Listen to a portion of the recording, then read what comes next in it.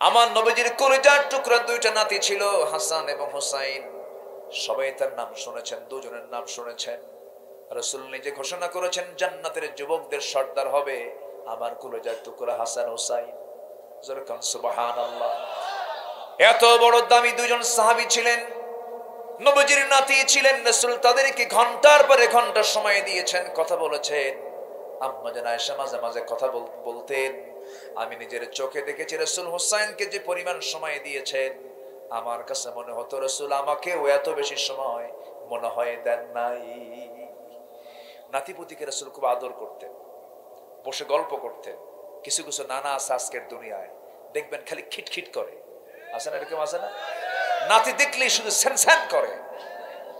নাতিরাও মনে মনে দোয়া করে, বুড়া মরবি কোনদিন কুলখানি খাবো। ঠিক না?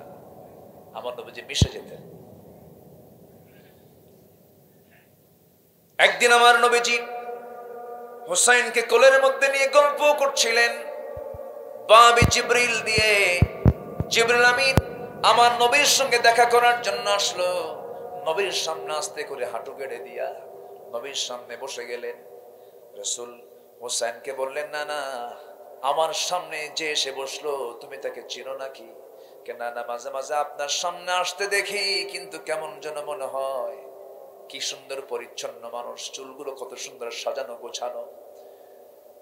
সব সাহাবী আপনার কাছে আসে, কেউ খালি হাতে আসে না, কেউ না কেউ হাতের মধ্যে কেউ ফল নিয়ে আসে, খেজুর নিয়ে আসে, উটের দুধ নিয়ে আসে, গোশত নিয়ে আসে।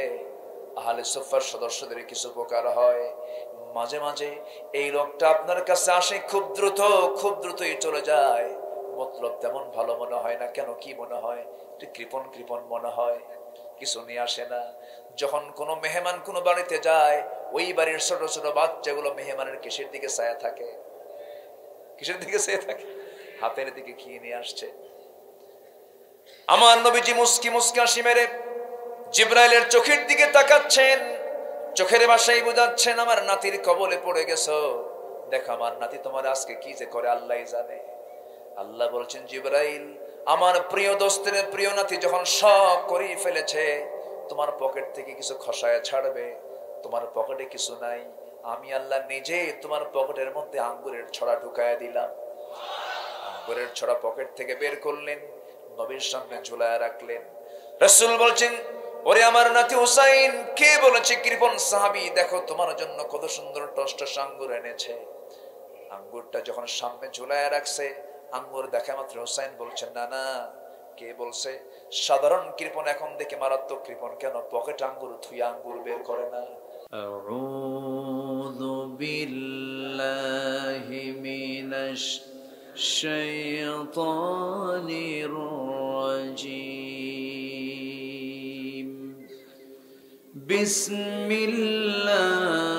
বিসমিল্লাহির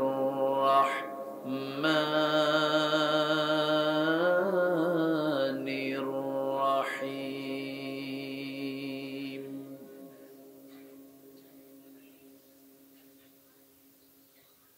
বালা মান কাসাবা সাইয়্যাতান ওয়া আহাতাত বিহি খাতিআতুহু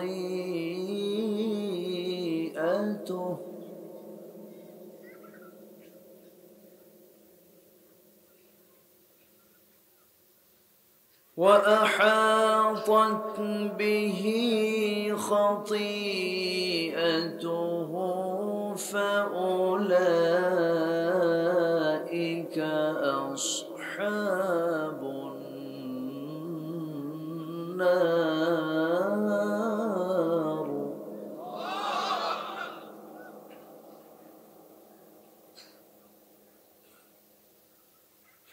فأولئك أصحاب النار هم فيها خالدون.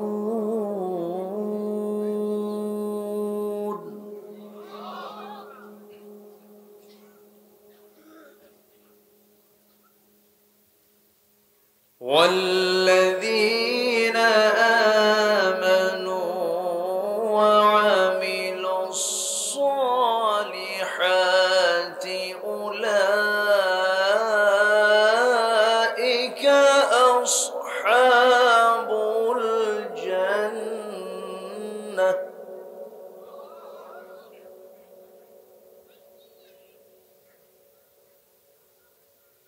أولئك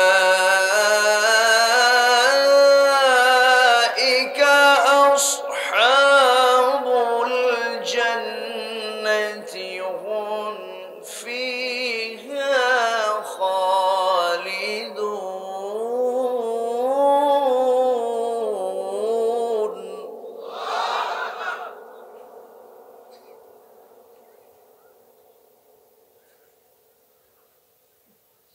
وإذ أخذنا ميثاق بني إسرائيل لا تعبدون إلا الله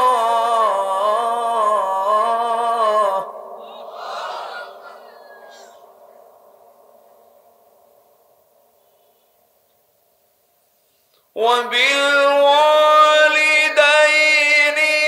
إحسانا وذي القربى واليتامى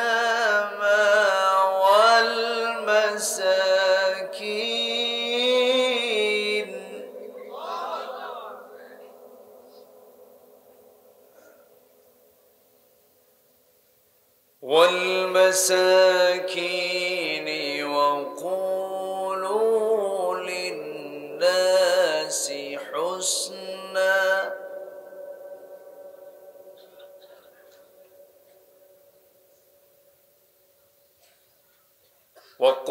وقولوا للناس حسنا وأقيموا الصلاة وآتوا الزكاة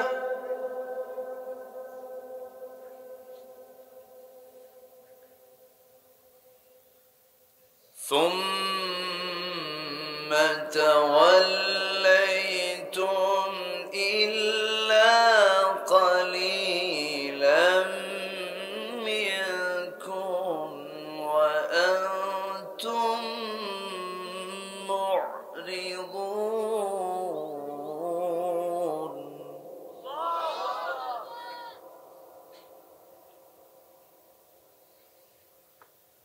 الله أكبر. بسم الله الرحمن الرحيم.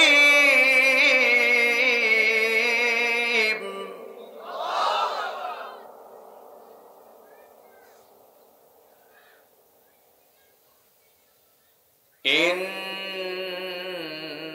الله وملائكته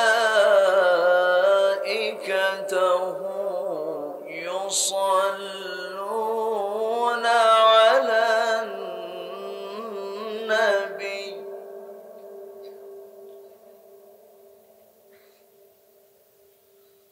يا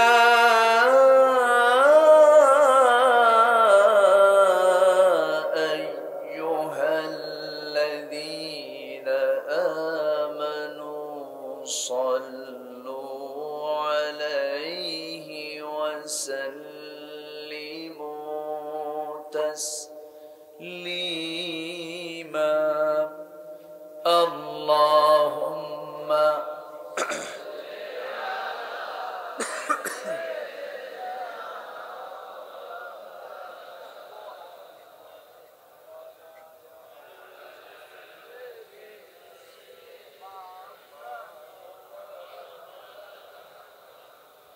সবাই বলুন বালাগাল উলা বিকামালিহি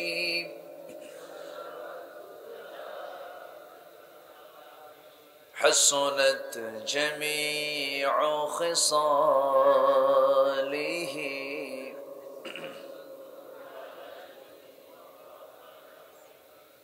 سراج الملة تمهي فخر دو عالم دلبار مولاه شريف الأنبياء نسخا كل أديان دغره. بلغ العلا كشف الدجى بجماله حصلت جميع خصاله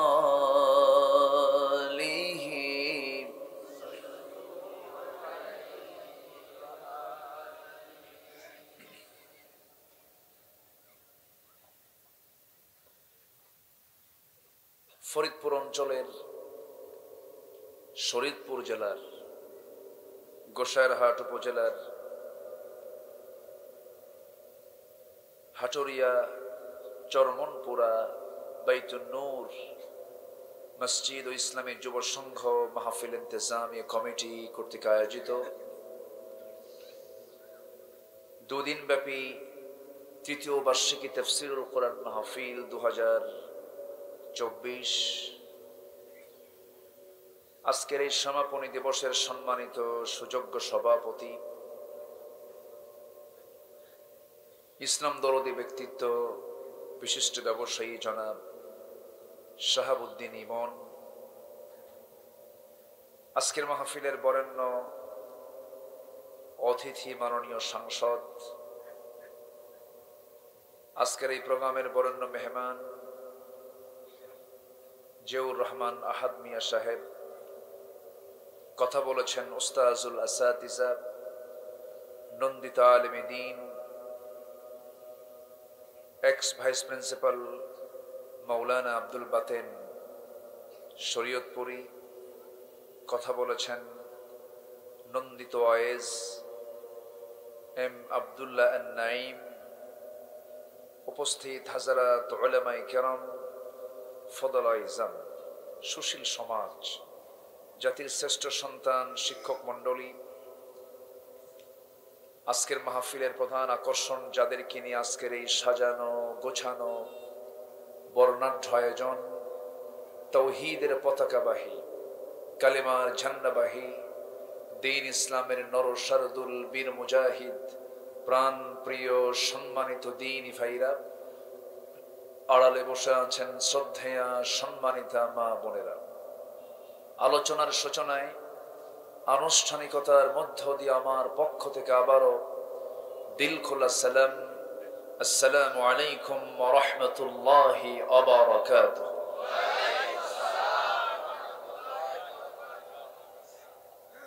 সালামের জবাব একটু ভিজা ভিজা মনে হলো।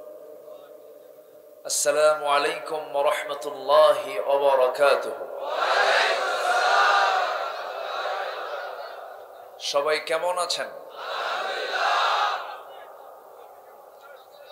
জি, আল্লাহ তাআলা আমাকে আপনার মতোই রেখেছেন, বলছি আলহামদুলিল্লাহ।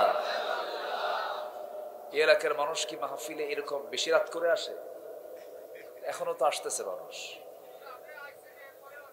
মানুষ তো ছিল অর্ধেক, কিন্তু কেমনে ভরে গেল বুঝলাম না। এলাকায় কি এরকম করে শেষ রাতের দিকে লোকজন আসে? মাহফিল শুরু হয়েছে তো অনেক আগে। যাই হোক, আমাকে আপনাকে যিনি অসংখ্য লোকের মাঝ থেকে বাছাই করেছেন, যিনি আমাকে এমন জান্নাতের টুকরোয় আসার তৌফিক দিয়েছেন, সেই মহান মাবুদের দরবারে আমরা সবাই লাখো কোটি সাজুদ শুকর আদায় করি, মুহাব্বতান বলে উঠছি আলহামদুলিল্লাহ। চিৎকার মেরে বলছি আল্লাহুম্মা ইন্নী আসআলুকা আল হুদা ওয়াত তুকা ওয়াল আফাফা ওয়াল গিনা। সবাই বলি আল্লাহুম্মা লাকা আসলামতু ওয়া বিকা আমানতু ওয়া আলাইকা তাওয়াক্কালতু ওয়া ইলাইকা আনাবতু ওয়া বিকা খাসামতু। আমরা আল্লাহ তাআলার শুকর আদায় করে নিলাম। সম্মানিত হাজিরিন, আমি আলোচনার সূচনায় আমার অভ্যাস অনুযায়ী তেলাওয়াত দিয়ে শুরু করেছি। তেলাওয়াতকৃত আয়াতগুলো হলো সূরাতুল বাকারার 81, 82 এবং 83। এই তিনটা আয়াত ত্রয়কে সামনে রেখে আমি কিছু কথা বলতে চাই। আমাকে সময় দেওয়া যাবে তো? সবাইকে আমাকে সময় দিতে রাজি আছেন? জোরে বলি ইনশাআল্লাহ। আসুন মূল আলোচনার দিকে সোজা আমি চলে যাচ্ছি। সময় তো খুব অল্প, এক রাত পেয়েছি। এই নাতি দীর্ঘ বক্তৃতায় আমি চেষ্টা করব এই আয়াতগুলোর কিছু হক আদায় করার জন্য। তো আমরা যে সময় এখানে একত্রিত হয়েছি সেই সময়টা এমন একটি সময় যে সময়ে মোট পৃথিবীর জনসংখ্যার 1/4 মুসলমান, অর্থাৎ প্রতি 4 জনে একজন মুসলমান। 2 শতাধিক রাষ্ট্র গোটা দুনিয়া জুড়ে, এর 56টি রাষ্ট্রই হলো মুসলিম রাষ্ট্র। এবং প্রাকৃতিক সম্পদের দিক থেকে, খনিজ সম্পদের দিক থেকে, সম্পদের পরিমাণের দিক থেকে মুসলমানদের হাতেই রয়েছে একটি বিশাল অংশ জুড়ে সম্পত্তির বিশাল একটা স্তূপ আজকে মুসলমানদের নিয়ন্ত্রণে আছে। সম্মানিত হাজিরিন, বিশ্বের 10টি যদি শীর্ষ ধনী তালিকার দেশ যদি লিস্ট করা হয়, প্রথম স্থান সহ একাধিক মুসলিম রাষ্ট্র এই 10টি ধনীর তালিকায় আছে। তো এত কিছু থাকার পরেও গোটা পৃথিবীতে সবচেয়ে মজলুম একটা জাতির নাম, যে জাতি সবচেয়ে বেশি মার খায় এবং মার খেয়ে যাচ্ছে, সে জাতির নাম কি বলুন তো? বলুন তো কি? মুসলমান। আজকে মুসলমান মরলে, মুসলমানকে মারলে, রক্তাক্ত করলে, যারা পৃথিবীর যারা এখন মোড়ল, যারা মাতব্বর, যারা, ওদের মুখ থেকে কোনো কথা বের হয় না। আর ইসরায়েলের যদি একটা কুত্তা মরে, কুকুরও যদি মরে, একদম সবার ঘুম হারাম হয়ে যায়। সম্মানিত ভাইয়েরা, মুসলমানদের রক্ত নিয়ে আজকে গোটা পৃথিবীতে হোলি খেলা হচ্ছে। এই সুযোগ যে ইহুদি খ্রিস্টান সহ ইসলাম বিরোধী শক্তি যে পাচ্ছে, এর মূল কারণ আমি যতটুকু ভাঙ্গা চূড়া আমি খতিয়ে দেখেছি, সেটার 1 নম্বর কারণ হলো মুসলমান তার স্বকীয়তা থেকে, মুসলমান তার নিজস্ব সংস্কৃতি, তাহজিব, তামাদ্দুন, নিজস্ব প্ল্যাটফর্ম থেকে মুসলমান সিটকে পড়ার কারণেই আজকে মুসলমান গোটা পৃথিবী জুড়ে নির্যাতিত হচ্ছে। আরেকটি কারণ হলো আল কুফরু মিল্লাতু ওয়াহিদা। কুফরি শক্তি যদিও তারা এক হতে পেরেছে, আজকে তাওহীদের চেতনা যারা লালন করেন তারা আজকে নির্দিষ্ট একটি প্ল্যাটফর্মে আসতে পারেননি। হাজারো ফেরকা, হাজারো দল, হাজারো মত, এর মধ্য দিয়ে মুসলমান গভীরভাবে নিমজ্জিত হয়ে আছে। ঠিক সেই সময় আমরা একত্রিত হয়েছি সেই জায়গায়, সেই জমিনে, যে জনপদ গোটা পৃথিবীর 2য় বৃহত্তম মুসলিম জনপদ, যেখানে 4.5 লক্ষ মসজিদ, যেখানে হাজার হাজার মাদ্রাসা, যেখানে লক্ষ লক্ষ আলেম ওলামা, যেখানে অসংখ্য হাফেজ কোরআন, সেই জনপদ হলো এই বাংলাদেশের এই জনপদ।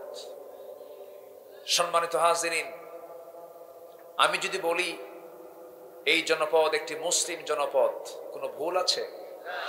কিন্তু যদি বলি এটি ইসলামী জনপদ, বলা যাবে? আচ্ছা বলুন তো, আমরা কোন সমাজে বসবাস করছি? মুসলিম সমাজ না অমুসলিম সমাজ? আচ্ছা, মুসলিম সমাজ আমরা ঠিক আছি, কিন্তু আজকের সমাজকে কি ইসলামী সমাজ বলা যায়? ভালো করে বলবেন, কিন্তু ইসলামী সমাজকে বলা যায়? কেন? কেন বলা যাবে না? আচ্ছা আচ্ছা, গোসার হাটিতে কোনো সুদ টুদ নাই না? সুদ আছে? আচ্ছা, তাহলে মুসলিম সমাজের, ইসলামী সমাজের একটা গুরুত্বপূর্ণ বৈশিষ্ট্য হলো সুদ থাকা, নাকি? না সুদ না থাকা? না থাকা। আচ্ছা, মদের বোতল তো শরীয়তপুর জেলার কোথাও খুঁজে পাওয়া যায় না, আছে?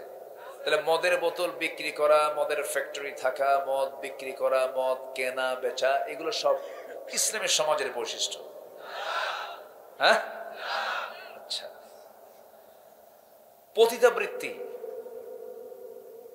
পতিতার কাজ যারা করেন তারা কি দেশের প্রচলিত আইন বহির্ভূত কোনো কাজ করেন না?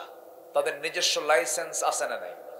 আচ্ছা, আপনি তাকে দিয়ে বলবেন তুমি অবৈধ কাজ করছো, সে বলবে নো, ইটস মাই রেজিস্ট্রেশন, আমি একজন লিগ্যাল সেক্স ওয়ার্কার। সে বলে ফেলছে আমি তো ইল্লিগাল না, অথচ সে পতিতা, সে বলতেছে কি লিগ্যাল, বৈধ। তাহলে ইসলামী সমাজের বৈশিষ্ট্য কি একজন যৌন কর্মী তার বৈধতার প্রমাণ করা? আসতে প্রমাণ করা।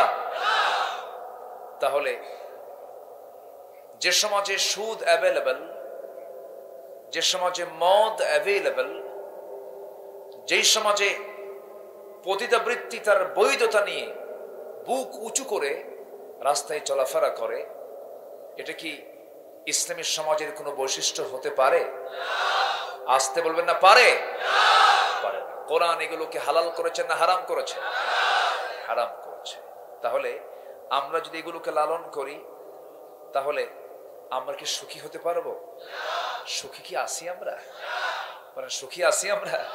সুখী হতো নাই। আমার বন্ধুগণ, আল্লাহি, আল্লাহর কসম করে বলি, আমি কোন একটা মহলকে সন্তুষ্ট করার জন্য কথা বলতে আসিনি, আবার কাউকে গালি দেবার জন্য আসি নাই। কিছু হক কথা কারো গায়ে লেগে যেতে পারে, দয়া করে কেউ মনক্ষুণ্ণ হবেন না। আল্লাহ রাব্বুল আলামিন এই দুনিয়াতে হালালটা স্পষ্ট করেছেন, হারামটা স্পষ্ট করে দিয়েছেন, সবকিছু ক্লিয়ার করে দিয়েছেন। আল হালালু বাইয়িন ওয়াল হারামু বাইয়িন। হালালটা স্পষ্ট, হারামটা স্পষ্ট।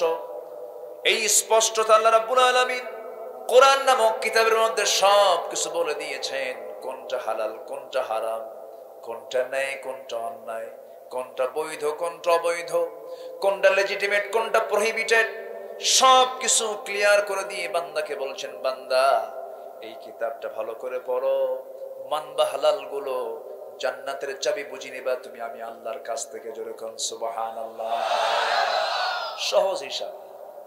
হালাল ধরবো, জান্নাত বুঝে নেব, হারাম ছাড়বো, আল্লাহ আমাকে জান্নাত দিয়ে দিবে। জোরে বলি সুবহানাল্লাহ। আমি এই বিষয়কে সামনে রেখে কিছু কথা বলার ইরাদা করছি। সূরাতুল বাকারার ৮১ থেকে ৮৩ পর্যন্ত এই ৩টা আয়াত আমি তেলাওয়াত করেছি। সূরাতুল বাকারা, সূরাতুল বাকারা, বাকারা মানে হলো গাভী। বাকারা মানে কি বলেন? গাভী। সবার বাড়িতে গাভী আছে না? ম্যাক্সিমাম আছে। সবার বাড়িতে না থাকলেও গাভীর সঙ্গে পরিচিত সবাই। এই তো মঞ্চে ওঠার আগ দিয়ে কার বাড়িতে যেন খাইলাম জানি না, তো যাই হোক, খুব সুন্দর করে পায়েস রান্না করেছে। এই পায়েসটা তৈরি হয় কি কিসের? কিসের দুধ দিয়ে? গাভীর দুধ দিয়ে। তো গাভীর সাথে সবার কম বেশি সম্পর্ক আছে। গাভী এমন একটা প্রাণী যে গরুটা এমনকি তার পায়খানা পর্যন্ত জ্বালানি কাজে ব্যবহার হয়, সবই কাজে লাগে। সূরাতুল বাকারা এমন একটা সূরার নাম যে সূরার ভিতরে মানব জীবনের এমন কোন দিক নাই যা বাদ পড়েছে। জোরে বলি সুবহানাল্লাহ। আব্দুল্লাহ ইবনে আব্বাস রাদিয়াল্লাহু তাআলা আনহু একটানা 10 বছর শুধু সূরা বাকারাই পড়েছেন। বলা হলো আর কি কোনো সূরা নাই? তিনি বললেন আমি তো 10 বছর এই এক সূরাই শেষ করতে পারলাম না। আর আমার দেশের কিছু মানে কোরআন খতমকারী কিছু লোক আছে, সামনে তো রমজান আসতেছে, কিছু বুড়া চাচা মসজিদের বারান্দায় গিয়ে গল্প করে, তুমি জানো আমার ছেলে বউ 1 খতম, আমার মেজো বউ 2 খতম, আমার বউ 3 খতম, আর আমি তো নিজেই খতম। কথা বলেন না? খতম 1000 বার আপনি খতম দিলেন কিন্তু বুঝলেন না কোরআন কিছু, লাভ কি? হ্যাঁ, আপনি সওয়াব পাবেন, সমস্যা নাই, কিন্তু কোরআন বোঝার দরকার আছে না নাই? কোরআন কি না বোঝার কিতাব? কোরআন কিসের কিতাব বলেন? বোঝার কিতাব। কোরআনটাকে পড়তে হবে, বুঝে শুনে পড়তে হবে। আল্লাহ রাব্বুল আলামিন বলেন, আফালা ইয়াতাদাব্বারুনাল কুরআন আম আলা কুলুবিন আকফালুহা। মানুষের কি হলো, কোরআনটাকে নিয়ে গবেষণা করে না। আমি এর মধ্যে সব কিছু দিয়ে দিয়েছি বান্দা, কোরআন নামক কিতাবের মধ্যে সব তথ্য আমি দিয়েছি। সূরা বাকারা শুরু হয়েছে চ্যালেঞ্জ দিয়া, শেষ হয়েছে দোয়া দিয়া। শুরু হলো যালিকাল কিতাবু লা রাইবা ফীহি হুদাল লিল মুত্তাকিন, শেষ হয়েছে হলো রব্বানা ওয়ালা তুহাম্মিলনা মা লা তাকাতা লানা বিহি ওয়া'ফু আন্না ওয়াগফির লানা ওয়ারহামনা আনতা মাওলানা ফানসুরনা আলাল কওমিল কাফিরিন। জোরে বলুন আল্লাহু আকবার। আমার বন্ধুগণ, সূরাতুল বাকারার আয়াত সংখ্যা হলো 286। 286টা আয়াত সম্বলিত সর্ববৃহৎ সূরা হলো সূরাতুল বাকারা। আপনি যদি সূরাতুল বাকারার 286 আয়াতকে যদি এর অর্ধেক যদি খুঁজতে যান, 286 অর্ধেক হলো 143। আল্লাহ তাআলা এই আয়াতে 143 নম্বর আয়াত আল্লাহ তাআলা কি সেট করেছেন দেখেন। কোরআন জাল্লার কিতাব, কোরআন জাল্লা নাজিল করেছেন। দুই একটা এক্সাম্পল দিয়ে আমি মূল আলোচনার দিকে আস্তে আস্তে চলে যাব। 243 এর অর্ধেক কত? না, 286 এর অর্ধেক কত? 143। 143 নম্বর আয়াতে আল্লাহ তাআলা এমন একটা কথা সেট করেছেন যার সাথে সেটিংটাও মিলে যায়। ঠিক মাঝখানের আয়াত এটা, এই সূরার মাঝখানের আয়াত 143। আল্লাহ রাব্বুল আলামিন কি বলেন? ওয়াকাযালিকা জাআলনাকুম উম্মাতান ওয়াসাতান লিতাকুনু শুহাদাআ আলান নাস ওয়া ইয়াকুনার রাসূলু আলাইকুম শাহীদা। জোরে বলুন আল্লাহু আকবার। এমনই করে আমি তোমাদেরকে মধ্যম জাতি করে দুনিয়াতে পাঠিয়ে দিয়েছি। এই যে মধ্যম জাতি করে আল্লাহ তাআলা আমাকে আপনাকে পাঠালেন, আমাদের পরিচয় হলো মধ্যম জাতি। আয়াতটাও সেট করেছেন শেষে, প্রথমে না মধ্যে? মধ্যে। এরকম করে আমি যদি সংখ্যা তথ্য মিলাতে যাই, ঘন্টার পর ঘন্টা বলা যাবে। সংখ্যার সঙ্গে আল্লাহ তাআলা বিশাল একটা সমন্বয় ঘটিয়েছেন এই কালামের, যা পৃথিবীর কোন মানুষের পক্ষে এমন করে রচনা করা সম্ভব হতে পারে। কোরআন এমন কিছু আগাম তথ্য দিয়েছে। আমরা তো বলি বিজ্ঞান প্রমাণ করছে, এগুলো ভুয়া কথা। বিজ্ঞান কখনো প্রমাণ করে না। বিজ্ঞান কিয়ামত পর্যন্ত কোরআন থেকে ধার করবে। যেরকম সুবহানাল্লাহ। পৃথিবীর সকল জ্ঞানের মূল উৎস কি? সব জ্ঞানের মূল উৎস হলো কোরআন। সূর্যের নিজস্ব আলো আছে, চাঁদের নিজস্ব আলো নেই। আমরা বিজ্ঞানে পড়েছি, কিন্তু এটা তো বিজ্ঞান আবিষ্কার করেনি। বিজ্ঞান তো হালে বলল। 1500 বছর আগে সূরা ফুরকানে আল্লাহ তাআলা তা বলে দিয়েছেন। আল্লাহ রাব্বুল আলামিন বলেন, তাবারাকাল্লাযী জাআলা ফিস সামাই বুরুজান ওয়া জাআলা ফিহা সিরাজান ওয়া কমারান মুনীরা। অতি বরকতময় সেই মহান প্রভু যিনি আকাশে অসংখ্য বুরুজ তিনি সেখানে সেট করেছেন এবং রেখে দিয়েছেন প্রদীপ্ত সূর্য এবং আলোকিত চাঁদ। জোরে কোন সুবহানাল্লাহ। অর্থাৎ চাঁদের নিজস্ব আলো নেই, এটা প্রমাণ পেলাম আমরা কোরআন থেকে, যে যুগে কোনো সৌরজগতের এরকম কোনো গবেষণাই ছিল না। যাই হোক, আমার সাবজেক্ট আজকে ওই দিক নয়। আমি যেখান থেকে তেলাওয়াত করেছি, আল্লাহ তাআলা 81 নম্বর আয়াতে আল্লাহ তাআলা বলছেন, বান্দা তুমি যদি পাপ কামাই করো, পাপ কামাই করে না, আজকে নেক বেশি কামাই করে না পাপ বেশি কামাই করে? গুনাহ। আমার কথা কি বোঝা যায়? কারো কোনো কষ্ট নাই তো? সব ইসলামের পক্ষের না বিপক্ষের? বিপক্ষের। ওরা যা বলে ওটা আসমানি কিতাবের সব বড় কিছু হয়ে যায়। যেরকম নাউজুবিল্লাহ, মানে আসমানি কিতাবও পাত্তা পায় না, এমন একটা অবস্থা। সম্মানিত ভাইয়েরা, ওরা যে বিজনেস গুলো করে, ধরেন গোটা পৃথিবীতে এখন কিছু বিজনেস আছে, একটু মাথায় একটু গুরুত্ব সহকারে একটু মাথায় নেন। পৃথিবীতে বিশ্ব বাণিজ্যের বাজারে, বিশ্ব বাণিজ্যে মনে করেন মদের কারবার তো নাই নাকি? মদ আছে না নাই? বিশ্বব্যাপী মাদক ব্যবসার মূল্য হলো বার্ষিক প্রায় $321 বিলিয়ন। নাউজুবিল্লাহ বলবেন না? মদের ব্যবসা বিশ্বব্যাপী প্রায় $1600 বিলিয়ন। আচ্ছা, এরপর অবৈধ অস্ত্র ব্যবসা, এটা প্রায় $100 বিলিয়ন। পতিতার ব্যবসা বিশ্ব বাণিজ্যে প্রায় বছরে $400 বিলিয়ন। জুয়া তো আছে, জুয়া ক্যাসিনো সম্রাট আছে না, এগুলো আছে না? আচ্ছা, জুয়া এটা বছরে বিশ্বব্যাপী প্রায় $100 বিলিয়ন।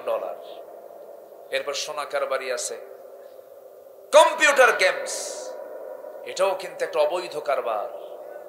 ফ্রি ফায়ার, পাবজি, এগুলোর পিছনে বছরে $54 বিলিয়ন। $54 বিলিয়ন।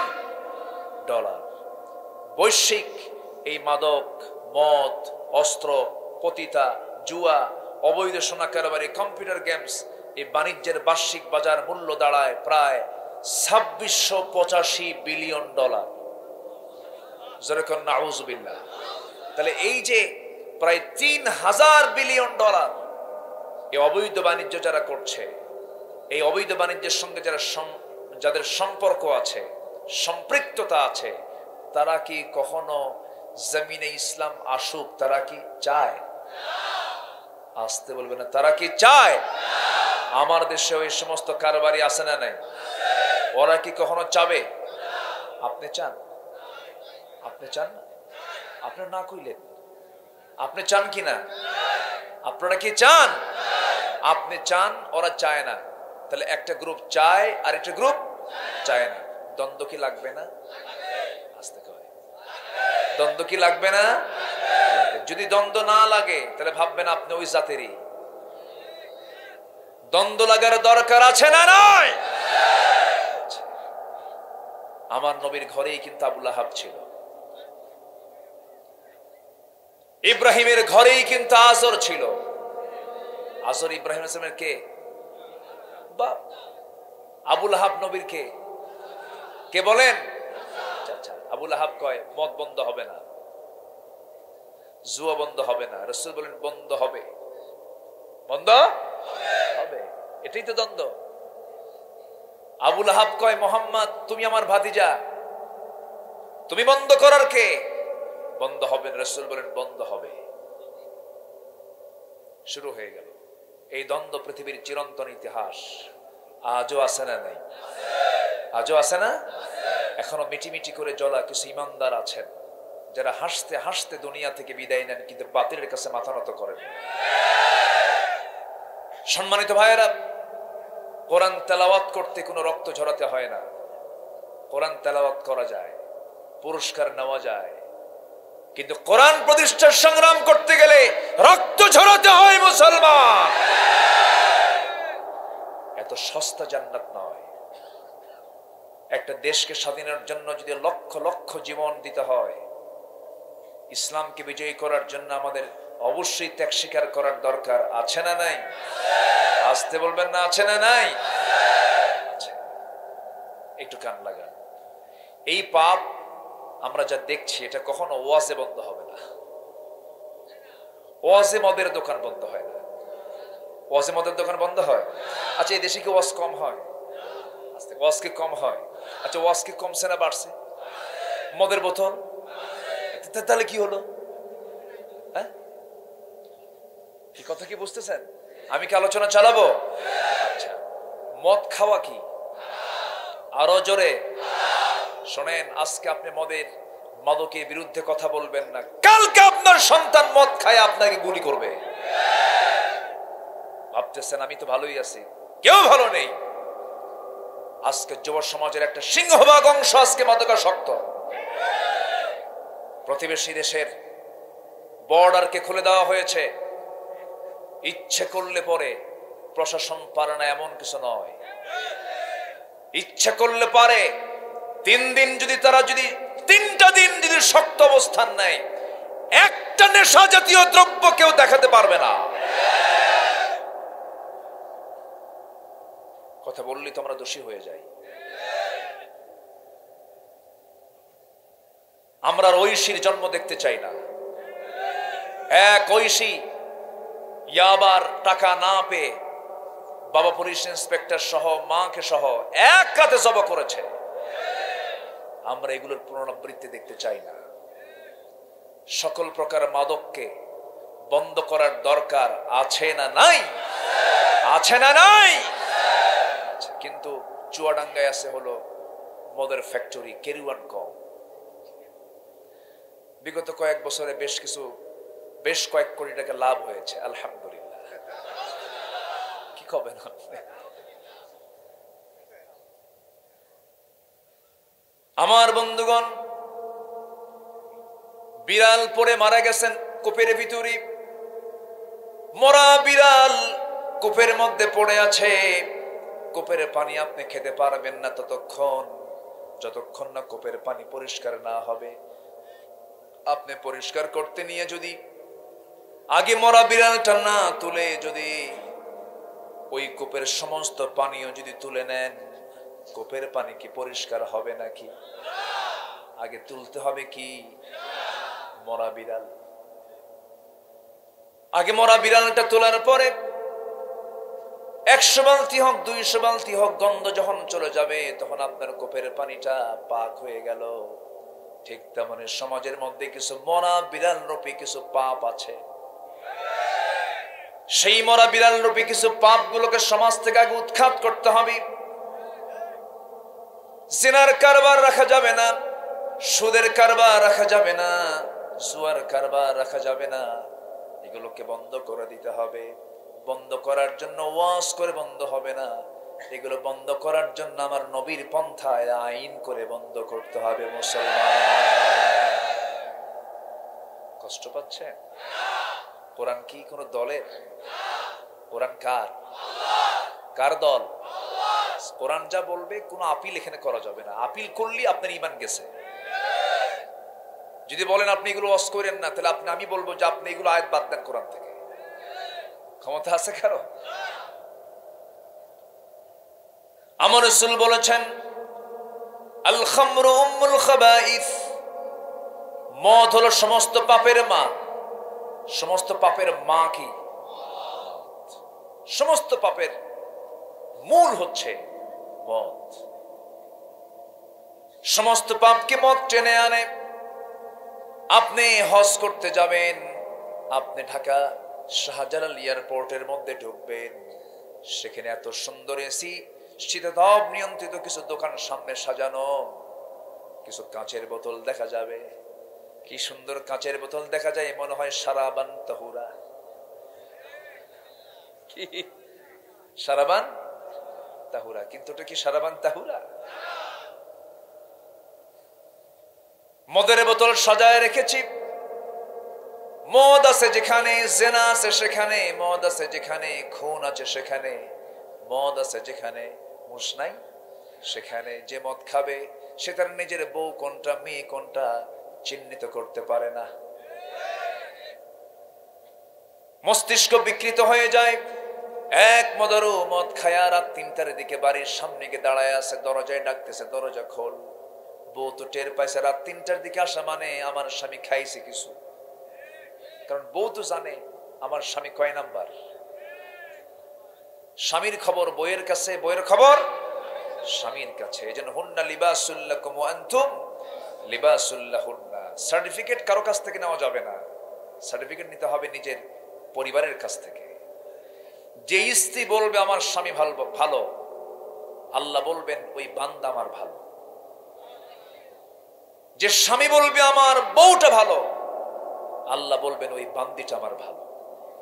কারণ বউ জানে আমার স্বামী কয়টা মদের বোতল খায় দিনে, বউ জানে আমার স্বামী কত নাম্বার লুচ্চা।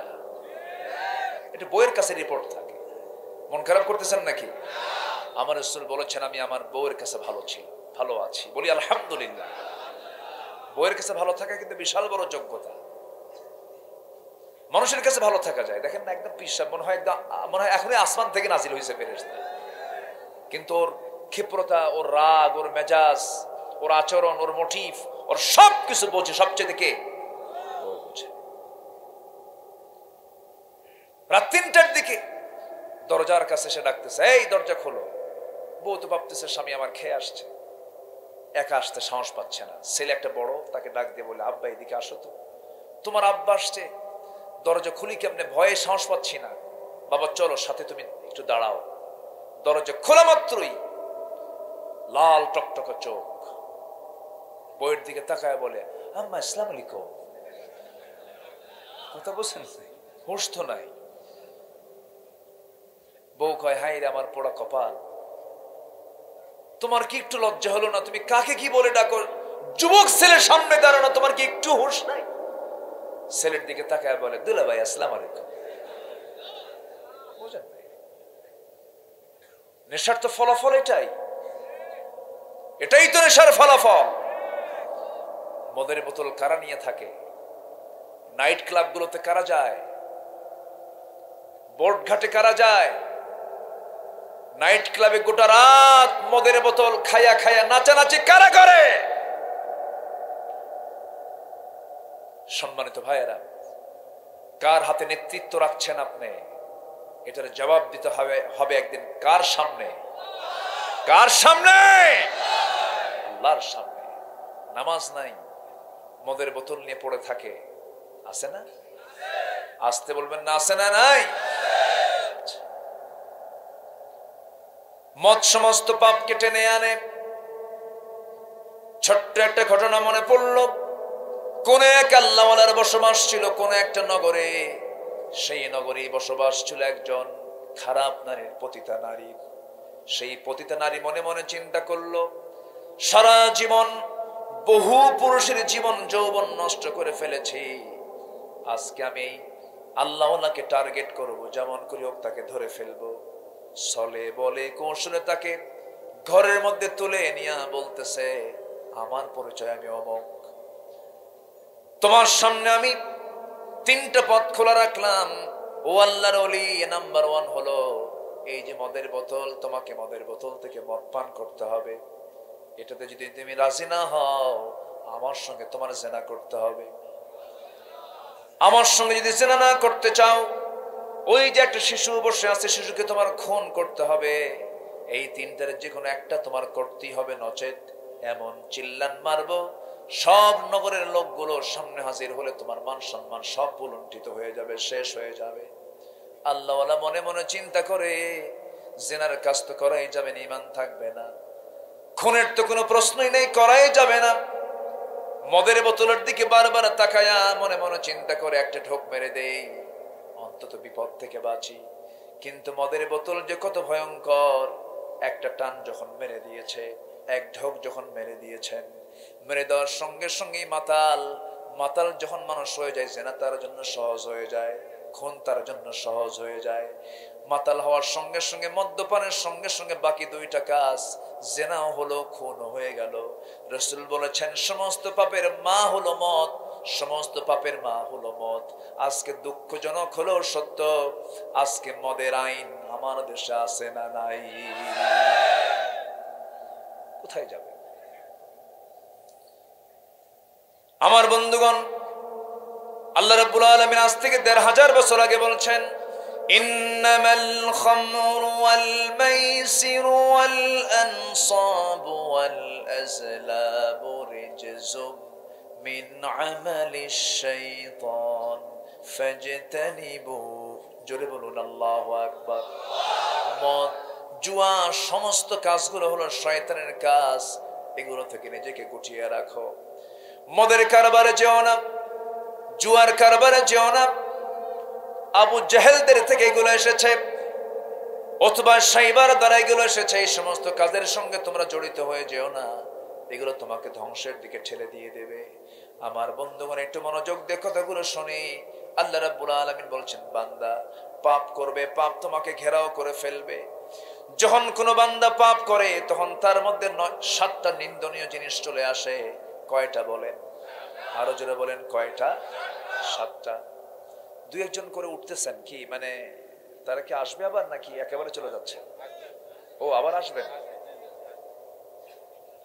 খুব ভালো, আলহামদুলিল্লাহ। একটু জিকির করি, লা ইলাহা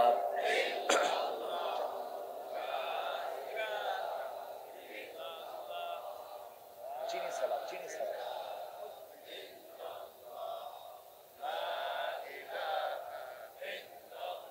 আরো জোরে লা ইলাহা, আরো জোরে লা ইলাহা,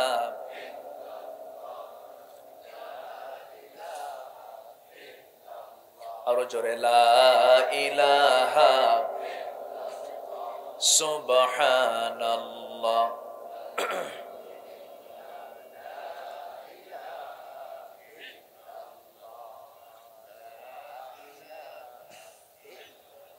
আরো জোরে লা ইলাহা, লা ইলাহা, আরো জোরে লা ইলাহা।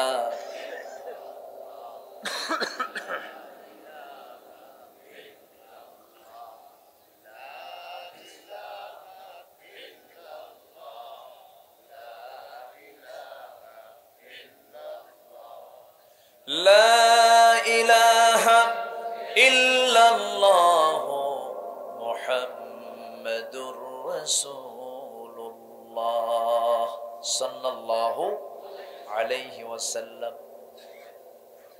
আমার বন্ধুগণ, যখন কোনো বান্দা পাপের দিকে চলে যাবে, পাপ তাকে ঘেরাও করে ফেলবে, এটা কোনো মোল্লার কথা নয়, আব্দুল্লাহ আমিনের কথা নয়। এটা কার কথা বলেন? আল্লাহর কথা। আল্লাহ বলছেন, বালা মান কাসাবা সাইয়্যাতাও ওয়া আহাতাত বিহি খাতিয়াতুহু। পাপ তুমি করবা, পাপ তোমাকে ঘেরাও করে ফেলবে। বিড়ি খাবে, লাঞ্চ নষ্ট হয়ে যাবে। বিড়ি খাবে, তার সিমটম তোমার চেহারায় ফুটে উঠবে। বিড়ি খায় মানুষ, সিমটম মাসে চলে যায় তার ঠোঁটে। আছে না নাই? বলেন, আছে না নাই? যখন কোনো বান্দা পাপ করে, পাপ তাকে ঘেরাও করে ফেলে। পাপের ফলে তার মধ্যে 7টা নিন্দনীয় জিনিস চলে আসে। নাম্বার 1 হলো সে নির্লজ্জ হয়ে যায়, বেহায়া হয়ে যায়। ইযা লাম তাস্তাহি ফাসনা মা শিতা। বান্দা তুমি যখন লজ্জাহীন হয়ে পড়বে, তখন তুমি যা ইচ্ছা তাই করতে পারবে। পাপ যখন কোনো বান্দার মধ্যে বেড়ে যায়, লজ্জা জ্ঞান তার মধ্যে থাকে না, বেহায়া হয়ে যায়, নির্লজ্জ হয়ে যায়। নাম্বার 2 হলো চেহারার সৌন্দর্য নষ্ট হয়ে যাবে। পাপ করলে চেহারার সৌন্দর্য থাকে না। যে মদ খায়, মদ খাওয়ার চিহ্ন তার চেহারায় আছে না নাই? আসতে বলবেন না, আছে না নাই? চোখটা বের হয়ে আসার মতো হয়, দেখলে মনে হয় এটা মদখোর। এটা কি? মদখোর। বিড়ি খাইলে মনে হয় এটা বিড়িখোর। আমার দেশে বিড়ি খাওয়া লোক কম না বেশি? হ্যাঁ, ভালো করে বলেন, বিড়ি খাওয়া লোক কম না বেশি? আবার মাহফিল এসে বলে, হুজুর একটা প্রশ্ন, কি বিড়ি খাওয়া কি জায়েজ আছে? মানে উনি জায়েজের চেষ্টায় আছে। এটা কেমন কথা? বিড়ির গায়ে লেগে থাকে সংবিধিবদ্ধ সতর্কীকরণ। ধূমপান বিষপান হৃদরোগের কারণ, ধূমপান মৃত্যু ঘটায়, কত কি যৌন রোগের কারণ। এত ওয়াজ দেখার পর কয় না খাও। শীতের দিন এটা কমে না বাড়ে? আরো বাড়ে। একদম এমন খাওয়া খায় ইটের ভাটা ফেলে, এত খাওয়া খাচ্ছে। কোন নেশা ইসলাম অনুমোদিত নয়, কোন নেশা। আপনি পান খান, সমস্যা নাই, আপনি পান খেতে পারেন, পান একটা রস। কিন্তু পানের সাথে আবার হাকিমপুরি রহমতুল্লাহ কেন? এটা কেন? এটা খাওয়া যাবে না। এটা খাওয়া, যে লাউ সেই কুদু, যে লাউ সেই কুদু। পাতা কি অন্যটা না? একটাই পাতা, একটাই। এখন এটা হুজুর হোক আর অন্য কেউ হোক, কথা কথাই। মন খারাপ করা যাবে না। যেটা আপনার শরীরের জন্য ক্ষতিকর, এটা ইসলাম কখনো অনুমতি দিতে পারে। আমার রাসূল যখন ইন্তেকাল করেন, আম্মা জান আয়েশা বলেন, রাসূলের হাসিটা যেন দেখা যাচ্ছিল তার দাঁতগুলো মুক্তোর দানার মতো ঝিলিক মারতেছে। নবীজি কখনো বদ জিনিস মুখে নিতেন না। এত পরিমাণ মেসওয়াক করতেন, দাঁতের উপরের চামড়া ছিলে যেত, এত মেসওয়াক করতেন তিনি। আর কিছু পান খাওয়া লোক আছে, ওরে বাপরে বাপ, রাত ৩টার দিকে উঠেও পান চাবায়। আছে না নাই? এই গাল ওই গাল পরায় রাখে। মানে তার চেহারার দৃশ্য দেখে মনে হয় কি জানেন, কি জন্মই হয়েছে পান খাওয়ার জন্য। এত কেন? খান, দুটো তিনটা আপনি খেতে পারেন, কিন্তু এত কেন? আমার নবীজির ইন্তেকালের আগে রাসূল মেসওয়াক করে দুনিয়া থেকে বিদায় নিয়েছেন। আজকে মনে হয় আমার পরে সবাই খেপে আছেন, হুজুর এগুলো কি কোন? আপনি রাগটা করতেছেন নাকি? আপনারা বেতন পায় 10,000, পান খায় 7,000 টাকা। আমি বলবো না কেন বলেন? আছে না এরকম? আছে না? পান খায় 7,000, বেতন পায় 10,000, দরকার কি? لا تجعل يدك مغلولة إلى عنقك ولا تبسطها كل البسط ولا تبذر تبذيرا। কার কথা এগুলো? আল্লাহর কথা। এগুলো করা যাবে না। সকল নেশা থেকে আল্লাহ তাআলা আমাদেরকে হেফাজত করুন। আরো জোরে আমিন। আমার বন্ধুগণ, নবীজির মুখটা এত স্বচ্ছ থাকতো, পরিচ্ছন্ন থাকতো। নবীজি যখন হাসি দিতেন, মুক্তোর দানার মতো দাঁতগুলো ঝিলিক মারত। নবীজি মেসওয়াক করতেন এত ঘন ঘন। নবীজির পকেটে 3টা জিনিস থাকতো, 3টাই পরিচ্ছন্নতার প্রতীক। নাম্বার 1 হলো নবীর পকেটে থাকতো হলো মেসওয়াক, নবীর পকেটে থাকতো হলো সুগন্ধি, নবীজির পকেটে থাকতো হলো চিরুনি। লম্বা লম্বা ঝাঁকড়ানো চুল ছিল আমার নবীজির সারা জীবন মাথায়। নবী সেলাইওয়ালা কাপড় পরতেন না, সেলাইবিহীন কাপড়টা তিনি পরিধান করতেন। আধুনিকতার যতগুলো দিক আল্লাহ তাআলা তার সব তার মধ্যে দিয়েছিলেন। জোরে কোন সুবহানাল্লাহ। নবীজির চুল লম্বা ঝাঁকড়ানো চুল ছিল, মাসিদি করতেন, কালো কেশ ছিল। নবীজি এত পরিমাণ তেল দিতেন, তেল চুইয়ে চুইয়ে মাঝে মাঝে পড়তো। নবীজি যখন আতর লাগাতেন, হাতের তালুতে নিতেন, ঢেলে নিয়ে আতর লাগাতেন। কারো কোনো শিশু যখন কাছে আসতো, মাথার উপরে হাত রাখতেন, গোটা শরীর তার সুগন্ধে ভরপুর হয়ে যেত। নবীজি যখন বাচ্চাদের সঙ্গে যখন চলে যেতেন, বাচ্চারা টানাটানি করতো রাসূলকে নিয়ে। এক বাচ্চা বলতো, হুজুর আপনি আমার সঙ্গে খেলেন, আপনি আমার সঙ্গে খেলেন, আপনি আমার সঙ্গে খেলেন। জোরে কোন সুবহানাল্লাহ। কি চরিত্র আমার নবীজির! শিশুর মধ্যে যেতেন, শিশুরা মারামারি রাখতো রাসূলকে নিয়ে। সেই নবীর আমরা উম্মত। আমাদের খাওয়া দাওয়া, ওঠা বসা, চলা ফেরা, কথা বার্তা সব হতে হবে নবীর আদর্শকে সামনে রেখে। ঠিক কিনা? নবীজি হাসতেন কেমনে, নবীজি কাঁদতেন কেমনে, নবীজি ঘুমাতেন কেমনে, নবীজি খেতেন কেমনে, সব কিছু হাদিসে নাই? আসতে বলবেন না, আছে না নাই? আমার নবীজি এত মিশুক ছিলেন, সবার সঙ্গে মিশে যেতেন। ঘরের মধ্যে ঢুকে বলতেন, আমার বউরা শোনো, রাতের আধারে যা কিছু করে সব তুমি মানুষের সামনে বলে দিবা তোমরা। সাহাবীরা দিনের বেলা আমি তোমাদের সঙ্গে যে আচরণটা করি কোনো কিছুই তোমরা আড়াল রাখবে না, সব তোমরা ওপেন করে দিবা। পৃথিবীতে একমাত্র আমার রাসূল ছাড়া কোনো মানুষ বলতে পারবে না এমন করে। আমার নবীজির ভিতর বাহির সব কিছু ওপেন ছিল, সব তিনি বলে দিতে বলেছেন। আমার বন্ধুগণ, সেই নবীকে আদর্শ হিসেবে মানতে হবে। রাসূলকে যদি মডেল বানাতে পারি, রাসূলের মতো যদি সমস্ত সুন্নাহকে যদি ফলো করতে পারি, আমার জীবনে কোনো পাপ স্পর্শ করতে পারে না। ঠিক কিনা?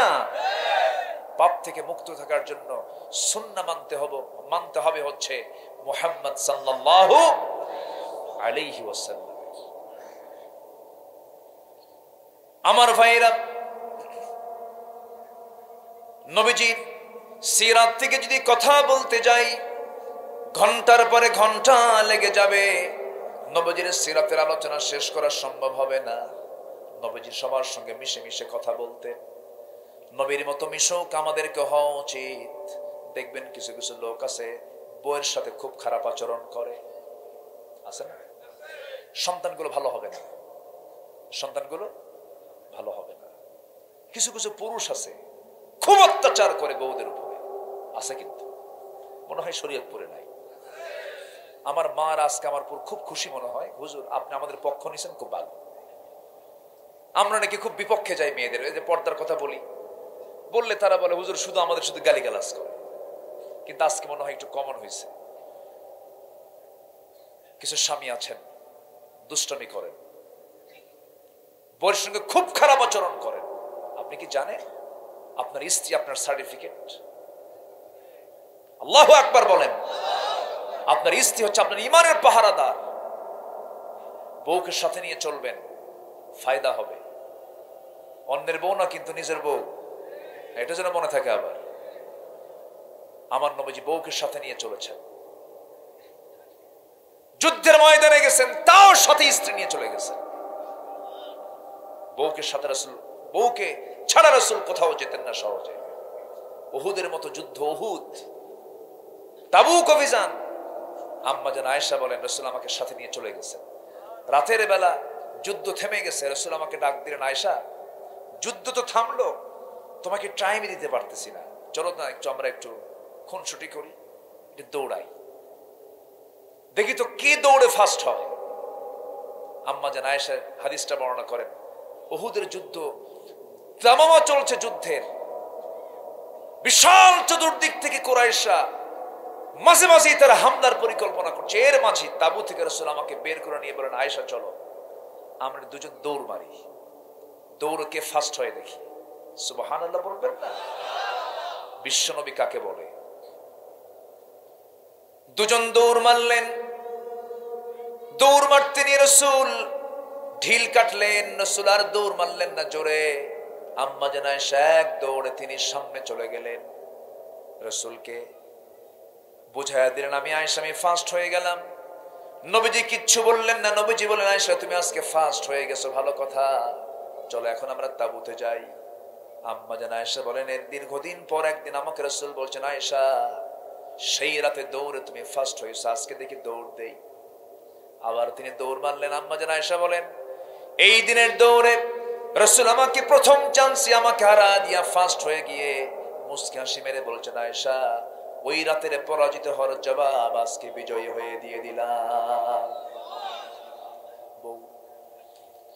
আম্মা জান আয়েশা বলেন, নবীজির হাতে যখন আমি কোনো দুধ দিতাম, গ্লাস ভর্তি করে দুধ দিতাম, আমার নবীজি দুধের বোতল হাতের মধ্যে নিয়ে আলহামদুলিল্লাহ বলতেন, আর বলতেন, আয়েশা আমি তো এমন রাসূল নই, আমি তেমন স্বামী নই যে আগে খাবে।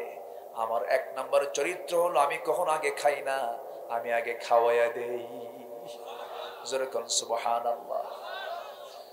আমার নবীজি আম্মা জান আয়েশা বলেন, উটের গোশত ছাগলের গোশত গুলো নিয়ে যখন নবীর কাছে যখন দিতাম, আমার নবীজি গোশত গুলো আস্তে করে আমার দিকে ঠেলে দিয়ে বলতেন, আয়েশা তুমি আগে খাওয়া শুরু করো।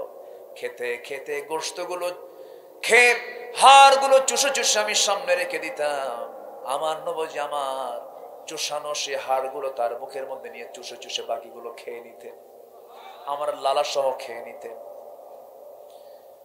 আমি আয়েশা দুধ পান করে গ্লাসটা রেখে দিতাম, আমি যে দিক দিয়ে ঠোঁট লাগাইছি রাসূল সেই দিক দিয়ে ঠোঁট লাগাতেন। সুবহানাল্লাহ বলবেন না? আম্মা জান আয়েশা বলেন, আমি রাসূলকে কখনো আগে সালাম দিতে পারি নাই সহজে, রাসূল চট করে কখনো সালাম দিতেন আমি টের পেতাম না। সবাইকে এগুলো প্র্যাকটিস করবো না ইনশাআল্লাহ? আস্তে আস্তে ইনশাআল্লাহ বলেন। যারা বিয়ে করেন তারাও ইনশাআল্লাহ। কি যে করবা প্যাঁচ লাগাবা আল্লাহই জানে। বিয়ে করার পরে কিন্তু কষ্ট পাচ্ছেন নাকি আপনারা? আমার নবীজি ছোট ছোট বাচ্চাদের সঙ্গে কথা বলতেন, কি ফ্রি হয়ে কথা বলতেন, গল্পের গভীরে চলে যেতেন, খেলার গভীরে চলে যেতেন। আমার নবীজির কলিজার টুকরা দুইটা নাতি ছিল, হাসান এবং হুসাইন। সবাই তার নাম শুনেছেন, দুজনের নাম শুনেছেন। রাসূল নিজে ঘোষণা করেছেন জান্নাতের যুবকদের সর্দার হবে আমার কলিজার টুকরা হাসান হুসাইন। যেরকম সুবহানাল্লাহ। এত বড় দামি দুজন সাহাবী ছিলেন, নবীজির নাতি ছিলেন। রাসূল তাদেরকে ঘন্টার পরে ঘন্টা সময় দিয়েছেন, কথা বলেছেন। আম্মা জান আয়েশা মাঝে মাঝে কথা বলতেন, আমি নিজের চোখে দেখেছি রাসূল হুসাইনকে যে পরিমাণ সময় দিয়েছেন, আমার কাছে মনে হতো রাসূল আমাকেও এত বেশি সময় মনে হয় দেন নাই। নাতিপুতিকে রাসূল খুব আদর করতেন, বসে গল্প করতেন। কিছু কিছু নানা আছে আজকের দুনিয়ায়, দেখবেন খালি খিটখিট করে, আছে না এরকম? আছে না? নাতি দেখলেই শুধু স্যান স্যান করে। নাতিরাও মনে মনে দোয়া করে, বুড়া মরবি কোনদিন কুলখানি খাবো। ঠিক না? আমার নবীজি মিশে যেতেন। একদিন আমার নবীজি হুসাইনকে কোলের মধ্যে নিয়ে গল্প করছিলেন, বাবি জিবরিল দিয়ে জিবরিল আমিন আমার নবীর সঙ্গে দেখা করার জন্য আসলো। নবীর সামনে আস্তে করে হাঁটু গেড়ে দিয়া নবীর সামনে বসে গেলেন। রাসূল হুসাইনকে বললেন, না না, আমার সামনে যে এসে বসলো তুমি তাকে চিনো নাকি? না না, মাঝে মাঝে আপনার সামনে আসতে দেখি, কিন্তু কেমন যেন মনে হয়। কি সুন্দর পরিচ্ছন্ন মানুষ, চুলগুলো কত সুন্দর সাজানো গোছানো। সব সাহাবী আপনার কাছে আসে, কেউ খালি হাতে আসে না, কেউ না কেউ হাতের মধ্যে কেউ ফল নিয়ে আসে, খেজুর নিয়ে আসে, উটের দুধ নিয়ে আসে, গোশত নিয়ে আসে। আহলে সুফার সদস্যদের কিছু উপকার হয়। মাঝে মাঝে এই লোকটা আপনার কাছে আসে, খুব দ্রুতই চলে যায়। মতলব তেমন ভালো মনে হয় না। কেন, কি মনে হয়? কৃপণ কৃপণ মনে হয়, কিছু নিয়ে আসে না। যখন কোনো মেহমান কোনো বাড়িতে যায়, ওই বাড়ির ছোট ছোট বাচ্চাগুলো মেহমানের কিসের দিকে ছায়া থাকে? কিসের দিকে ছায়া থাকে? হাতের দিকে কি নিয়ে আসছে। আমার নবীজি মুস্কি মুস্কি হাসি মেরে জিবরাইলের চোখের দিকে তাকাচ্ছেন, চোখের ভাষায় বোঝাচ্ছেন আমার নাতির কবলে পড়ে গেছো। দেখো আমার নাতি তোমার আজকে কি যে করে আল্লাহই জানে। আল্লাহ বলছেন, জিবরাইল আমার প্রিয় দোস্তের প্রিয় নাতি যখন সব করেই ফেলেছে, তোমার পকেট থেকে কিছু খসায় ছাড়বে। তোমার পকেটে কিছু নাই, আমি আল্লাহ নিজে তোমার পকেটের মধ্যে আঙ্গুরের ছড়া ঢুকায়া দিলাম। আঙ্গুরের ছড়া পকেট থেকে বের করলেন, নবীর সামনে ঝুলায় রাখলেন। রাসূল বলছেন, ওরে আমার নাতি হুসাইন, কে বলেছে কৃপণ সাহাবী, দেখো তোমার জন্য কত সুন্দর টসটস আঙ্গুর এনেছে। আঙ্গুরটা যখন সামনে ঝুলায় রাখছে, আঙ্গুর দেখা মাত্র হুসাইন বলছেন, না না, কে বলছে? সাধারণ কৃপণ এখন দেখে মারাত্মক কৃপণ কেন? পকেট আঙ্গুর থুই আঙ্গুর বের করে না। সুবহানাল্লাহ। নাতিটা কার? মুহাম্মদ সাল্লাল্লাহু। বয়স 6 বছর হোক, কিন্তু বুদ্ধি 60 বছর। টনটনা পাকা, এরকম পাকা বুড়া কিন্তু এখনো আছে, কিছু আছে না? আছে, খুব ফাস্ট তারা।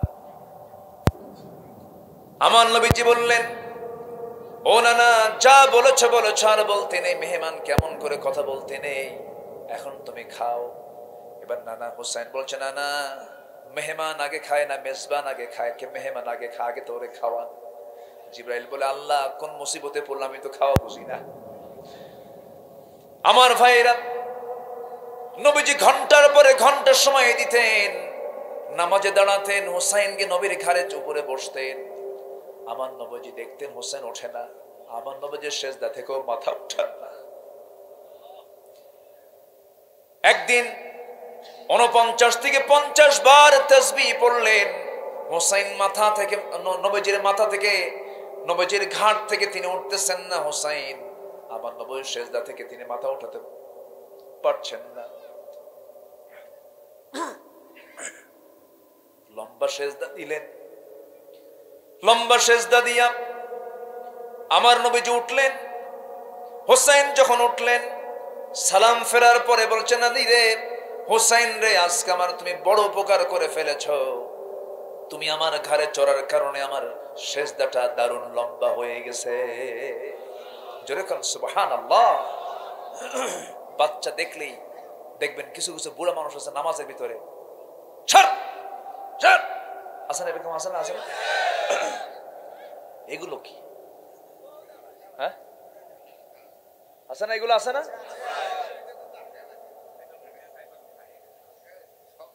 কিছু বুড়া নামে কিছু শিশুদের ডাকাত আছে, শিশুদের ডাকাত। ওগুলো ওরা তো আতঙ্কিত হয়ে যায়। বাচ্চাগুলো মসজিদে যায়, কিছু বুড়ো চাচা আছে খালি লাঠি দেখায় না। ওই ছোট ছোট বাচ্চারা মনে করে মসজিদের মধ্যে লাঠি দেখায় মনে হয় না। মসজিদ শুধু আপনার জন্য নয়, মসজিদে অবাল বৃদ্ধ বনিতা সবাই নামাজ পড়বে। 3 বছর শুধু পেশাব করা বন্ধ করছে, পেশাব করে না এমন শিশুকে তার বাবা মসজিদে নিয়ে আসবে অনায়াসে। কোনো বাধা দেওয়ার অধিকার আপনার। একদম ঘাড়ে করে নিয়ে আসবেন, কোলে করে নিয়ে আসবেন, 4-5টা যা আছে সব নিয়ে আসবেন মসজিদে। আসতে কোন কেন, জোরে কোন, ঠিক কিনা? নিয়ে আসবেন। আমার নবীজি জুমার খুতবা দিচ্ছেন, দূর থেকে হোসেন রাদিয়াল্লাহু আনহু হেঁটে হেঁটে আসতেছেন। লম্বা জুব্বা পরছেন, মানুষ 4 ফুট, জুব্বা 6 ফুট। কত হাঁটা যায়, বারবার পড়ে যায়। রাসূল জুমার খুতবা ছেড়ে দিয়ে দৌড় মেরে গিয়ে হোসেনকে কোলের মধ্যে করে নিয়ে প্রথম কাতারে বসায়া আবার খুতবা শুরু করবে। ওদের জন্য কোন কাতার কোন কাতারে দাঁড়াবে এটাও বলা যাবে না। ওদের যেখানে পছন্দ সেখানে দাঁড়াবে। নবীর ঘাড়ে যায় বসে, বসেন না? নবীর কোথায় গিয়ে বসে? গাড়ি গিয়ে। সমস্যা কোথায়? বাধা দেওয়া যাবে না। বাচ্চাদেরকে যদি আপনি মসজিদ মুখী না করেন, ওই বাচ্চাগুলি গেমস মুখী হয়ে যায়। মারা সন্তানকে আর কিছুই দিতে পারে না, মোবাইলটা ছেড়ে দেয়। চোখ গেল, মেধা গেল। এটার যে একটা ক্ষতিকর দিকগুলো আছে, প্রত্যেকটা ডিভাইসের একটা ক্ষতিকর দিক আছে না নাই? আছে। এগুলো করা যাবে না। আজান হবে, এই যে টাইম হচ্ছে একটাই আজান, ওই শিশুটা সময়ের জ্ঞান শিখলো। জাস্ট একটাই নামাজ। নেতার সামনে দাঁড়ালো, পিছনে মুসল্লি দাঁড়াইছে, নেতৃত্বের জ্ঞান সে নামাজ থেকে শিখে নিল। শৃঙ্খলা শিখলো, নিয়ম কানুন শিখলো, আনুগত্য শিখলো। সব কিছু নামাজের মধ্যে আছে না নাই? আসতে বলবেন না, আছে না নাই? মসজিদে সব শিশুকে পাঠায় দিবেন।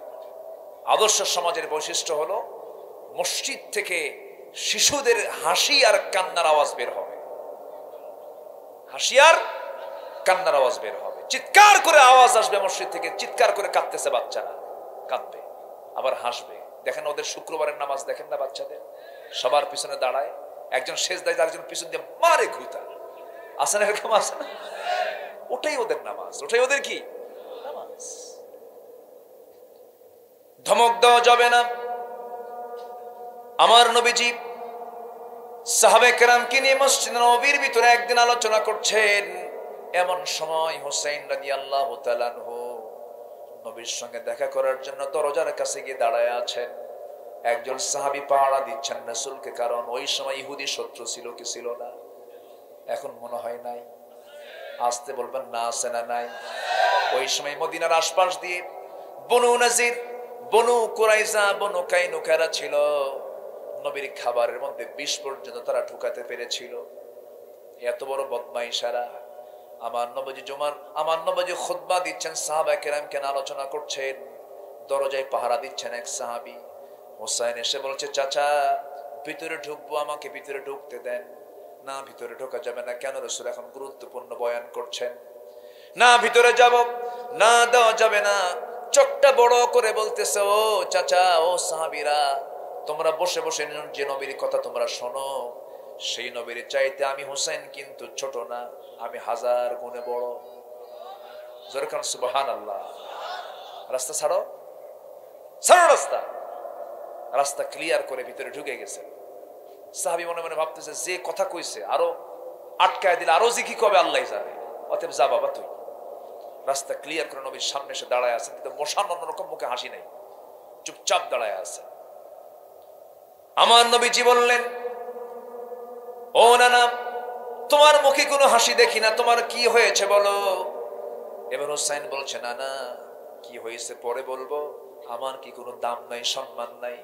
অবশ্যই সম্মান আছে। সম্মান যদি থাকে আমাকে আসতে দেওয়া হয় না কেন? আমি কি আপনার নাতি নই? অবশ্যই তুমি আমার নাতি, কিন্তু নানা আমি আজকে তোমাকে একটা প্রশ্ন করব, 2টা নয় 3টা মোট প্রশ্ন করব। মোট 3টা প্রশ্ন মিলে তোমাকে করতে চাচ্ছি। নাম্বার 1, আমি তোমার চাইতে বড়। কেমনে বড় তুমি আমার চাইতে? ও নানা, আমি তোমার চাইতে যে বড়, 3টা প্রশ্ন করলে টের পেয়ে যাবে। বলো নানা, কি প্রশ্ন বলো। কে প্রশ্নগুলো বলবো, শর্ত হলো সব সাহাবীকে তোমার সামনে হাজির করো। সব সাহাবীকে হাজির করলেন। এরপরে বলছেন, নানা কি প্রশ্ন তুমি করতে চাও বলো। এবার বলছেন, নাম্বার 1 প্রশ্ন, নানা আপনার বাবার নামটা কি? আব্দুল্লাহ। বাড়ি তার কোথায়? মক্কায়।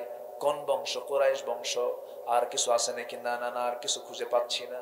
কিন্তু নানা তুমি তো নিঃসন্দেহে জানো আমার বাবার পরিচয়টা কি। আমার বাবা হলেন আসাদুল্লাহিল গালিব, আল্লাহর সিংহ, যিনি যে যুদ্ধে যান সেই যুদ্ধে বিজয়ের পতাকা ছিনিয়ে আনেন। আসাদুল্লাহিল গালিব হযরত আলী রাদিয়াল্লাহু তাআলা আনহু। আমার বাবা এক পাল্লাই দেন, আপনার বাবা আব্দুল্লাহকে এক পাল্লাই দেন। আল্লাহর কসম, আমার বাবার ওজনটাই ভারী হয়ে যাবে।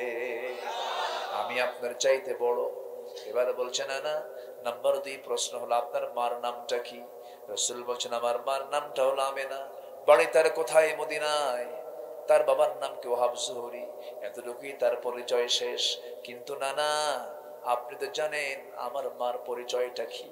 আমার মা হলেন সাইয়্যিদাতুন নিসাই আহলিল জান্নাহ। আল্লাহ তাআলা যাকে জান্নাতের সমস্ত নারীদের সর্দারিনীর খেতাব দিয়েছেন। আমার গর্বিত মা, যাকে না দেখলে আপনি নবীজি আপনার কষ্ট হয়। আপনার কলেজার টুকরা, আপনার দেহের টুকরা, আপনার রক্ত। ফাতিমাকে এক পাল্লায় দিয়ে দেন আমার মা, আপনার মা আমিনাকে এক পাল্লায় দিয়ে দেন। আল্লাহর কসম করে বলি, আপনার মার চাইতে আমার মার ওজনটা ভারী হয়ে যাবে। আমার নবীজি এবার কেঁদে কেঁদে বলছেন, নানা রে আর কি প্রশ্ন করবি বল।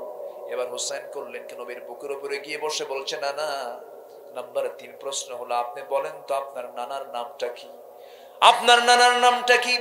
আমার নবীজি সঙ্গে সঙ্গে কেঁদে কেঁদে বলছেন, আমার নানার নাম হলো ওহাব জুহরি। বাড়ি তার কোথায়? মদিনায়। এতটুকুই তার পরিচয় শেষ। কিন্তু নানা আপনি কি জানেন আমার নানার পরিচয়টা কি? আমার নানা কি? আমার নানা হলেন সর্বকালের সর্বযুগের সর্বশ্রেষ্ঠ মহামানব রাসূল আকরাম নবী মুকাররম জনাবে মুহাম্মদুর রাসূলুল্লাহ সাল্লাল্লাহু আলাইহি সাল্লাম। আমার নানাকে এক পাল্লাই দাও নানা, তোমার নানা ওহাব জুহরিকে এক পাল্লাই দাও। আল্লাহর কসম, আল্লাহর কসম, আমার নানার ওজনটাই ভারী হয়ে যাবে। আমার নবীজির সঙ্গে সঙ্গে হোসাইনকে বুকের সঙ্গে জড়ায়া ধরলেন। গন্ডদেশ, চিবুক, প্রত্যেকটা জায়গায় চুমুতে চুমুতে ভরায়া দিয়ে রাসূল বলছেন, ওরে আমার কলেজার টুকরা হোসাইন, সত্যি সত্যি আজকে আমি নবী হওয়ার পরও যুক্তির দিক থেকে আমি তোর কাছে হেরে গেলাম। জোরে কোন সুবহানাল্লাহ, জোরে কোন সুবহানাল্লাহ। সবার কাছে রাসূল মিশে যেতেন। নেতৃত্বের আসনে, জিহাদের ময়দানে সেখানেও তিনি মডেল। আল্লাহু আকবার বলেন। রাষ্ট্র পরিচালনায় তিনিও সেখানে মডেল।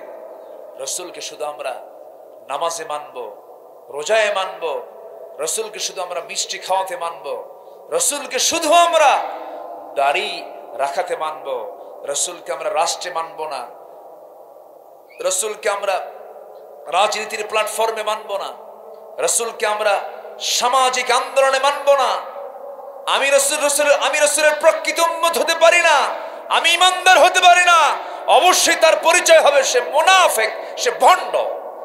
ঠিক কি না? রাসূলকে মানতে হবে এক জায়গায় না সব জায়গায়? এক জায়গায় না সব জায়গায়? সব জায়গায় মানতে হবে। রাসূলকে ভালোবাসার দরকার আছে না নাই? নিজের জীবনের চাইতে কম না বেশি? কম না বেশি? বেশি। কেমন বেশি বাসতে হবে? সাহাবে কেরামদের দৃষ্টান্তগুলো দিলে একটু ইজি হয়ে যায়। একটু পরে আসি। পাপ কাজ যখন করবে বান্দা, তার মধ্যে 7টা নিন্দনীয় জিনিস চলে আসে। আমি বলছিলাম না, এর মধ্যে 1 নাম্বার হলো সে নির্লজ্জ হয়ে যায়। নাম্বার 2 হলো তার সৌন্দর্য নষ্ট হয়ে যায়। নাম্বার 3 সে রোগাক্রান্ত হয়ে পড়ে। পাপ আছে যেখানে, রোগ আছে, রোগ আছে। আজকের দুনিয়া পাপের সংখ্যা কম না বেশি? রোগের পরিমাণও কম না বেশি? বেশি। পাপ যত বাড়বে রোগ তত বাড়বে। তাহলে 1 নাম্বার নির্লজ্জ হয়ে যায়। নাম্বার 2 সৌন্দর্য নষ্ট হয়ে যায়। নাম্বার 3 হলো রোগাক্রান্ত হয়ে পড়ে। নাম্বার 4 হলো রিজিক বরকত শূন্য হয়ে যায়। 1000 কোটি টাকার মালিক কিন্তু শান্তিতে ঘুম হয় না, আরামে ঘুম হয় না, আত্মহত্যা করতে উদ্যত হয়ে যায়। গত 2 বছর আগের কথা বলছি, ধানমন্ডির একজন বাসিন্দা, একজন নায়কের শ্বশুর ফেসবুক লাইভে এসে, ঠিক আছে না, ফেসবুক লাইভে এসে জনগণকে জানিয়ে দিল, আমার বউ আছে, আমার ছেলে আছে, আমার মেয়ে আছে, আমার সন্তান আছে, আমার জামাই আছে, সব থাকার পর আমি শান্তিতে নাই, আর সবাই আমাকে ঠকিয়ে দিয়েছে, আমি বাঁচবো না। নিজের বৈধ লাইসেন্স ওয়ালা পিস্তলটা নিয়ে মাথায় ঠেকিয়ে লাইভে এসে দুনিয়া থেকে বিদায় হলো। টাকার কোনো অভাব নাই, সম্পদের কোনো অভাব নাই, ধানমন্ডির বাসিন্দা আত্মহত্যা করলো কেন? কোনো বরকত তার জীবনে নাই। বরকত শূন্য হয়ে যাবে, আরাম পাবে না। 1000 কোটি টাকার মালিক বাড়িতে এসে দেখবে বউটা আরেক জায়গায় লাইন মারে, মেয়ের ঘরের রুমের মধ্যে, মেয়ের ঘরের মধ্যে ঢুকে দেখবে বালিশটা টান দিলে মেয়ের ঘর থেকে ইয়াবা বের হচ্ছে। ছেলের ঘরে ঢুকে দেখবে বালিশ টান দিলে পিস্তল বের হয়। বাপ ছেলেকে শাসন করতে নিয়ে বলে, তোর হাতে, তোর গায়ে কেন পিস্তল, তোর শরীরে কেন পিস্তল? এমন তো করা ঠিক না। ওই সন্তানটা খেপে গিয়ে বাবার মাথায় পিস্তল ঠেকায় বলে, বেশি কথা কবি না, খাইয়া ফালাম। আছে না নাই? আছে না নাই? 1000 কোটি টাকার মালিক, কিন্তু শান্তি নাই। কেন শান্তি নাই? আল্লাহ নিজেই বলছেন, আমি তোকে শান্তিতে রাখবো না। ওমান আ'রাদা আন যিকরি ফাইন্না লাহু মাঈশাতান দানকা ওয়া নাহশুরুহু ইয়াওমাল কিয়ামাতি আ'মা। আমার জিকির থেকে, আমার তেলাওয়াত থেকে, আমার কালাম থেকে, আমার স্মরণ থেকে তুই দূরে থাকবি, দুনিয়ার জীবনটা আমি তোর জন্য সংকীর্ণ করে দেব। এটা কার ওয়াদা? কার কথা এটা? আল্লাহর কথা। 1000 কোটি টাকার মালিক ঘুম হয় না, 4-5টা ওষুধ একসঙ্গে খায়, এক মুঠ ভরা ওষুধ খায়, ঘুম ধরে না। আর সারাদিন ভ্যান চালায়, রিক্সা চালায়, যায় আদা সিদ্ধ ডাল দিয়ে ভর্তা, আদা সিদ্ধ ভাত, এরকম মোটা চাউলের ভাত নিয়ে বসে খাইতে, একসাথে 1/2 কেজি চাল, 1 কেজি চাল খাইয়া শেষ। যখন ঘুমাতে যায় বালিশও লাগে না, ইটের উপরে মাথা রেখে এমন নাক ডাকা ডাকে, ট্রাকের ইঞ্জিন ফেল। আছে না নাই? এটার নাম হলো শান্তি। আচ্ছা বলেন তো, গ্রামের লোক বেশি খায় না শহরের লোক বেশি খায়? হ্যাঁ, টাকা বেশি কাদের? শহরের লোকের বেশি টাকা না? তো ওরা তো বেশি খাওয়ার কথা, টাকা বেশি, ওদের খাওয়া বেশি হওয়ার কথা। কিন্তু আল্লাহ কইছে, তোর টাকা দিছি আর এদের খাওয়া দিছি। যা জোরে কান সুবহানাল্লাহ। তোরা টাকা দেখবি আর এরা খাবার দেখবে, তাহলে কোনটা উত্তম কর? হ্যাঁ, এটাই। আমি শেষ করে দিই নাকি? আলোচনা চলুক। এত সুন্দর মানুষ আপনারা, বলি আলহামদুলিল্লাহ। ফজর নামাজ পড়বেন তো নাকি? ফজর হবে তো? এটা যেন মাথায় থাকে। এই যে ওঠে গিয়ে ধরেন তো, ওই যে বসেন বসেন। ও আবার আসবেন তো না?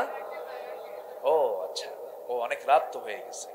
আর শীতের রাত তো, গরম হলে পরে এই প্রবলেমটা বেশি হয় না। শীত তো, লাইন তো একটাই, উপায় তো নাই। বসে, আমি কষ্ট দিয়ে ফেলতেছি মনে হয় আপনাদের, একটু বসে। তাহলে শহরের লোক যখন খেতে বসে তখন কি বড় প্লেট নিয়ে বসে না ফাঁকি প্লেট? মানে প্লেটের তলাও নাই, ফ্ল্যাট সমান। মানে ওই প্লেটের ডাইল খাওয়ার কোনো কায়দা নাই, ডাল টাল খেতে পারবে না, কোনো ঝোল টোল খেতে পারবে না। একটা ফাঁকিবাজি একটা প্লেট নিয়ে বসে। চাট আগে নাই, চাট ডাক্তার ওর পিএস বলে দেয়, এই যে স্যার, এই যে চাট কি লেখছে রে দেখতো, 2টা রুটি, কোন ক্রমেই 200 গ্রামের বেশি নয়। কি কথা বলছেন? আচ্ছা, এরপরে সুগার নিষিদ্ধ, সুগার নিষিদ্ধ। ফল খাওয়া যাবে, তবে একটা আঙ্গুরের 2টি নয়। আঙ্গুর কটা খাবে? একটা, 2টা খাওয়া যাবে না। আপেল 3 ভাগের 1 ভাগ খাবে। কি কথা কি বুঝতেছেন? 1000 কোটি টাকার মালিক, আপেল 3 ভাগের 1 ভাগ, আঙ্গুর একটা খাবে, আর ওগুলোর দিকে ছায়া থাকবে, খেতে পারবে না। খাবে কয়টা? আর সবগুলো যে থাকবে ওগুলো খালি ছায়া থেকে দেখবে, খাওয়ার কোনো কায়দা, খালি ছায়া থেকে দেখবে। আর গ্রামের লোক যখন খাইতে বসে তখন কি ওইরকম প্লেট নিয়ে বসে? কি নিয়ে বসে?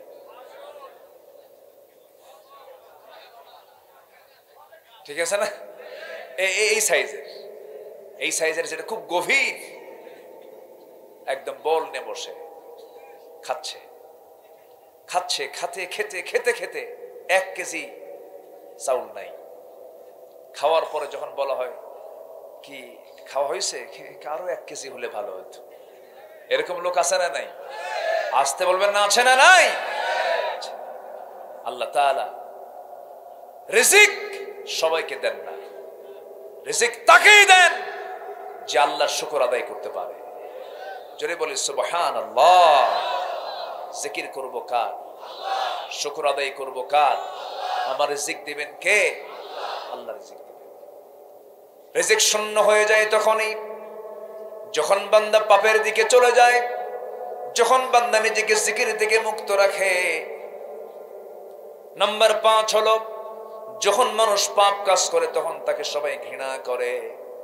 পাপী লোকটাকে কিন্তু পাপী মানুষ ঘৃণা করে, মুনাফিককে মুনাফিক মানুষ ঘৃণা করে। যখন কোনো বান্দা পাপ করে ওই বান্দাকে সব মানুষ ঘৃণা করে, কিন্তু সামনে যখন পড়ে যায় জোর করে সালাম, আর মনে মনে কয় বদমাইশ। মনে মনে কি কয়? বদমাইশ। সালাম একখান দেয়, কারণ সামনে পড়ে।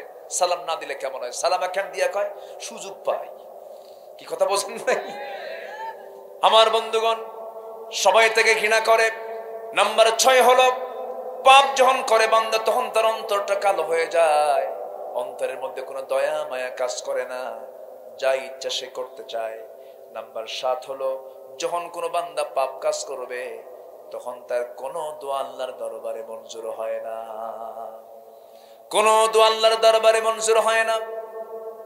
দোয়া কবুলের শর্ত হলো পাপ থেকে নিজেকে গুটিয়ে রাখা, তবে পাপ যে হবে না তা নয়।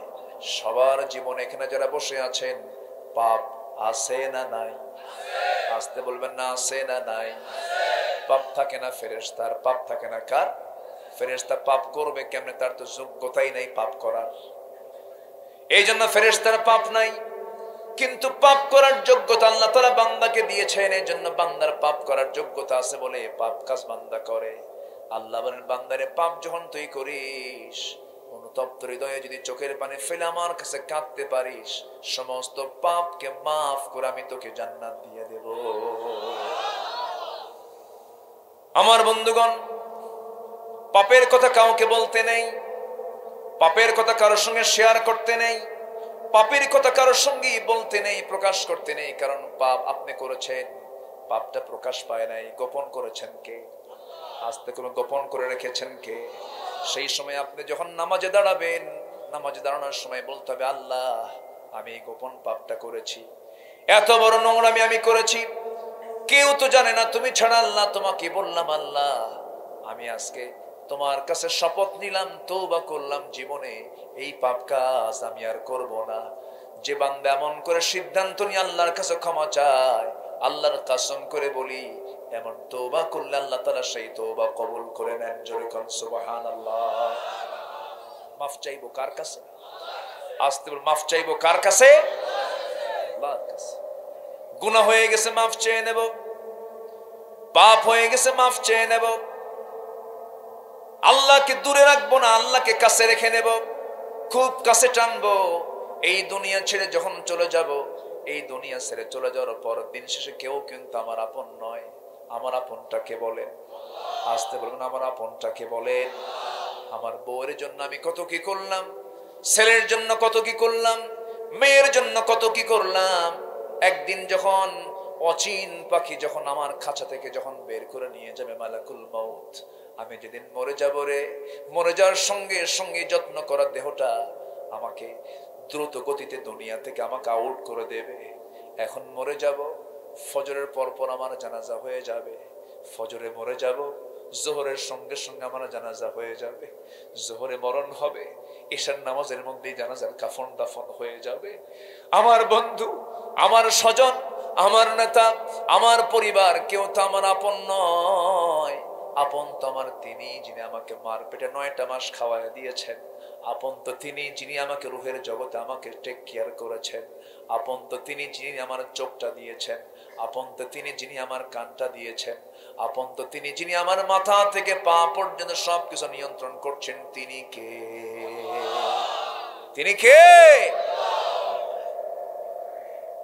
আল্লাহর কাছে ধরনা দেব আমরা, আল্লাহর কাছে মাফ চেয়ে নেব আমরা। সাহাবীরা কত পেরেশান থাকতেন মৃত্যু চিন্তা নিয়া। একদিন ওমরে ফারুকের ছেলে ইবনে ওমর এবং আলীর ছেলে সাইয়েদনা হুসাইন হাসান রাদিয়াল্লাহু তাআলা আনহু, এই দুইজন গল্প করতে করতে বলতেছে, তোর বাপ বড় না আমার বাপ বড়? এরকম লাগে না? এরকম হয় না? ছোট ছোট বাচ্চা বলতেছে, ইবনে ওমর বলতেছে, তোর বাবার চাইতে আমার বাপ বড়। হুসাইন বলতেছে, হাসান বলতেছে, তোর বাবার চাইতে আমার বাপ বড়। এরকম করে তর্ক করতে করতে শেষ পর্যন্ত আলী রাদিয়াল্লাহু আনহুর ছেলে বলতেছে, ও ওমরের ছেলে শোন, তুই আমার চাকর, তোর বাপও আমার চাকর। কথা বলছেন না? এই কথা শুনে বাবার কাছে গিয়ে রিপোর্ট করছে, আব্বা এমন করে আলীর ছেলে বলে। সাইয়েদনা ওমর ফারুক কেঁদে ফেলে দিলেন, কাঁদতে কাঁদতে অঝরে ঝরায় কাঁদতেছেন আর বলছেন, আমার কলিজার টুকরা সন্তান, তুই সত্যি সত্যি কি শুনেছিস? আলীর ছেলে এমন করে কথা বলেছে, আমি চাকর, তুই আমার চাকর, তোর বাপ ওমর আমার চাকর। এটা কি সত্যি সত্যি বলেছে? হ্যাঁ সত্যি সত্যি বলেছে। এই যে তোকে কাগজ দিলাম, যা এই লেখাটা তার কাছ থেকে লিখে নিয়ে আয়। এই লেখাটা তুই লিখে নিয়ে আয়, এই কথাটা তুই লিখে নিয়ে আয়। ওই কাগজটা তুই রেখে দিবি রে আমার সন্তান। আমি আমার জীবনে তেমন কোন আমল করতে পারি নাই, বিশ্বনবীর কলিজার টুকরা নাতি যখন বলেছে আমি নাকি তার চাকর, এবং আমি নাকি তার চাকর, এমনটা যদি প্রমাণ হয়ে যায় কিয়ামতের দিন, অন্তত আল্লাহ তাআলা এই কারণে আমাকে নাজাত দিতে পারেন। জোরে কোন সুবহানাল্লাহ। ওমরের মতো মানুষ, তার মধ্যে মৃত্যু চিন্তাটা এমন কাজ করেছে। সেই কবর সবার সামনে আছে না নাই? আসতে বলবেন না, আছে না নাই? সেই চিন্তার কথা, সেই কবরের চিন্তা মাথায় নিয়ে আমরা পাপ ধরবো না ছাড়বো? ধরবো না ছাড়বো? যদি পাপ ধরি, আল্লাহ বলছেন ফাউলাইকা সাহাবুন নার, এরা হবে জাহান্নামের বাসিন্দা, হুম ফিহা খালিদুন, এরা চিরকাল সেখানে অবস্থান করবে। আর যদি ঈমান জানতে পারে, কি আনতে পারে? ঈমান কি আনতে পারে বলেন? ঈমান যদি আনতে পারে এবং নেক আমল যদি করতে পারে, আল্লাহ তাআলা বলছেন আমি তাকে স্থায়ী জান্নাত দিয়ে দেব। জোরে বলি সুবহানাল্লাহ, আরো জোরে বলি সুবহানাল্লাহ। সম্মানিত ভাইয়েরা, সম্মানিত বন্ধুগণ, সূরা বাকারার 81 নম্বর আয়াত আমি একটু শেষ করার চেষ্টা করলাম। এখন ঈমান এবং আমলে সালেহ, ঈমান এবং আমলে সালেহ, একটু সময় লাগবে, দিবেন তো? কোনো কমতি নাই তো কারো?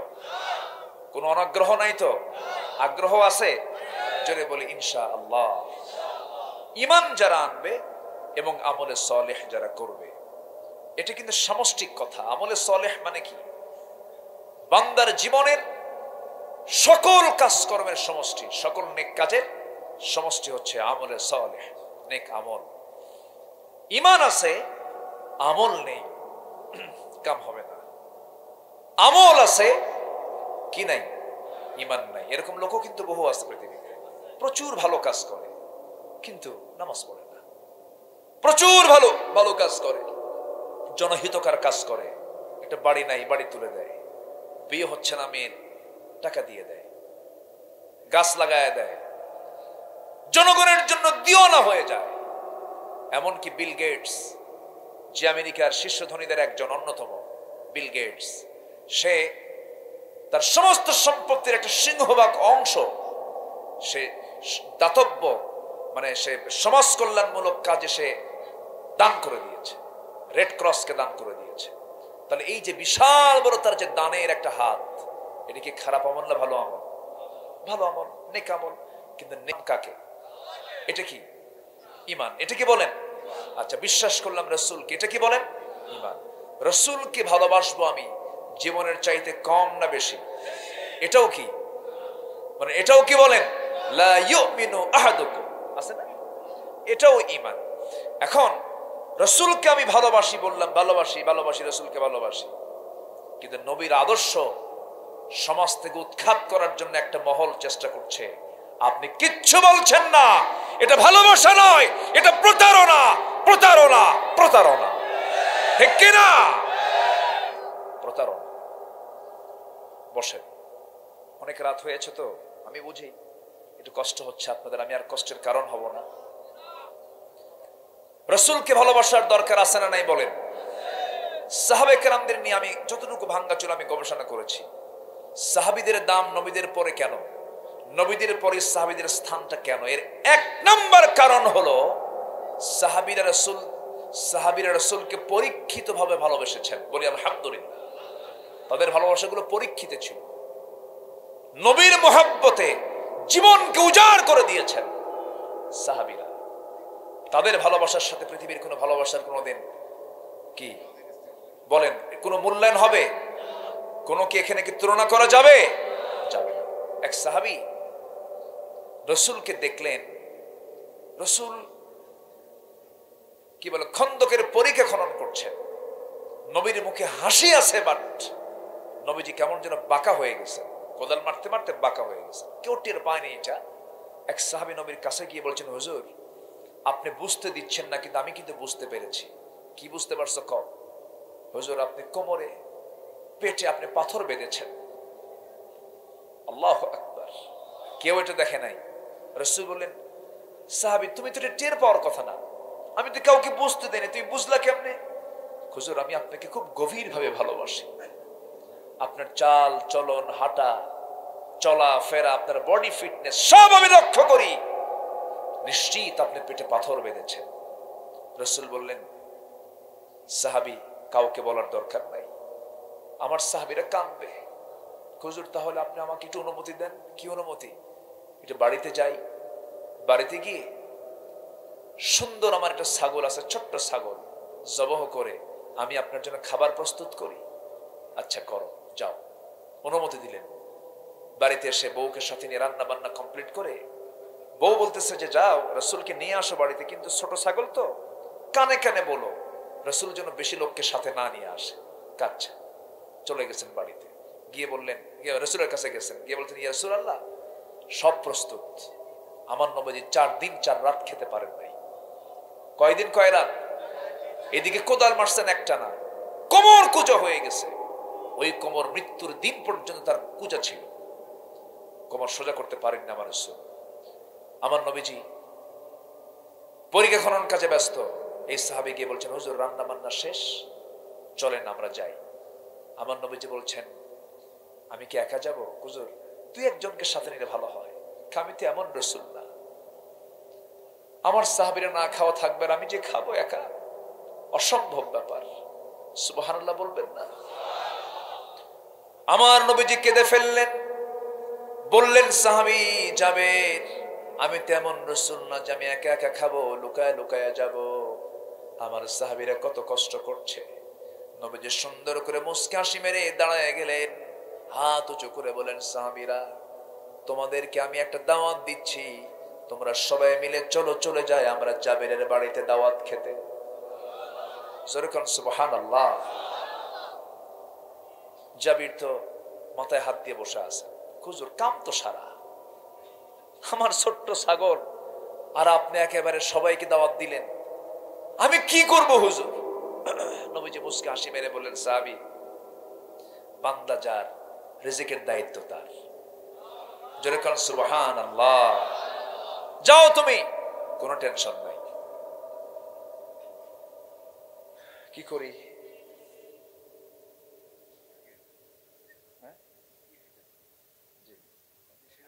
বেশি রাত হয়ে যাচ্ছে, আমরা দোয়া করি। হ্যাঁ, আলোচনা চলো। হুজুর মরুক, হুজুরও বাসুক। জি বলি আলহামদুলিল্লাহ। কি সুন্দর মানুষ আপনারা। আমরা আমল করব, যে ঈমান এনেছি আমরা, এই ঈমানকে কার্যকর করার জন্য আমরা আমল করব। জোরে বলি ইনশাআল্লাহ। ফজর পড়বেন কারা কারা, একটু হাত তুলে দেখেন। জোরে বলি ইয়া আল্লাহ, আমাদেরকে ফজর, যোহর, আসর, মাগরিব, ইশা 5 ওয়াক্ত সালাত আদায় করার তৌফিক তুমি আল্লাহ দিয়া দাও। জোরে বলি আমিন। আরো জোরে আমিন, আরো জোরে আমিন। কষ্ট দিয়ে ফেললাম মনে হয়। নামাজ পড়লে কে বেজার হয়? খুশি কে হন? নামাজ না পড়লে খুশি কে হয়? শয়তান সবচেয়ে বেশি খুশি হয় হলো ফজরের সময় ঘুমালে, যাক শুরুতেই কাম হয়েছে আমার। এই জন্য আমরা বেশি রাত না করি, ফজরে যেন কাজা না হয়, আমরা যেন ঠিক মতো আদায় করতে পারি। জোরে বলি ইনশাআল্লাহ। অনেক কথা বলেছি ভাঙ্গা চূড়া, যতটুকু হয়েছে আমরা আমল করব। জোরে বলি ইনশাআল্লাহ। কিন্তু দাওয়াতটা শেষ করা দরকার, তাই না? নবীজির দাওয়াতটা একটু শেষ করা দরকার, যদি আরো ঘন্টাখানেক লাগে। জি আমার দিকে তাকান। জি ইনশাআল্লাহ, ইনশাআল্লাহ আমি শেষ করে দিচ্ছি। আমার নবীজি বললেন তুমি যাও, উনি চলে গেছেন। বউকে বলেন, বউ কাম তো সারছে কেন? 6 কেজি ছাগল, ওইদিকে 600 সাহাবী। বউ কয় আপনি চিন্তা করেন কেন? রাসূল কয় নাই? রাসূল তো বলছেন তো, বান্দা যার রিজিকের দায়িত্ব তার। আপনি মেহমানকে ভয় পান কেন? বউ বলতেছে আপনি মেহমানকে ভয় পান কেন? মেহমান যার ঘরে ঢুকবে সে তার নিজের রিজিক নিয়েই ঢুকবে সে। আল্লাহু আকবার বলে।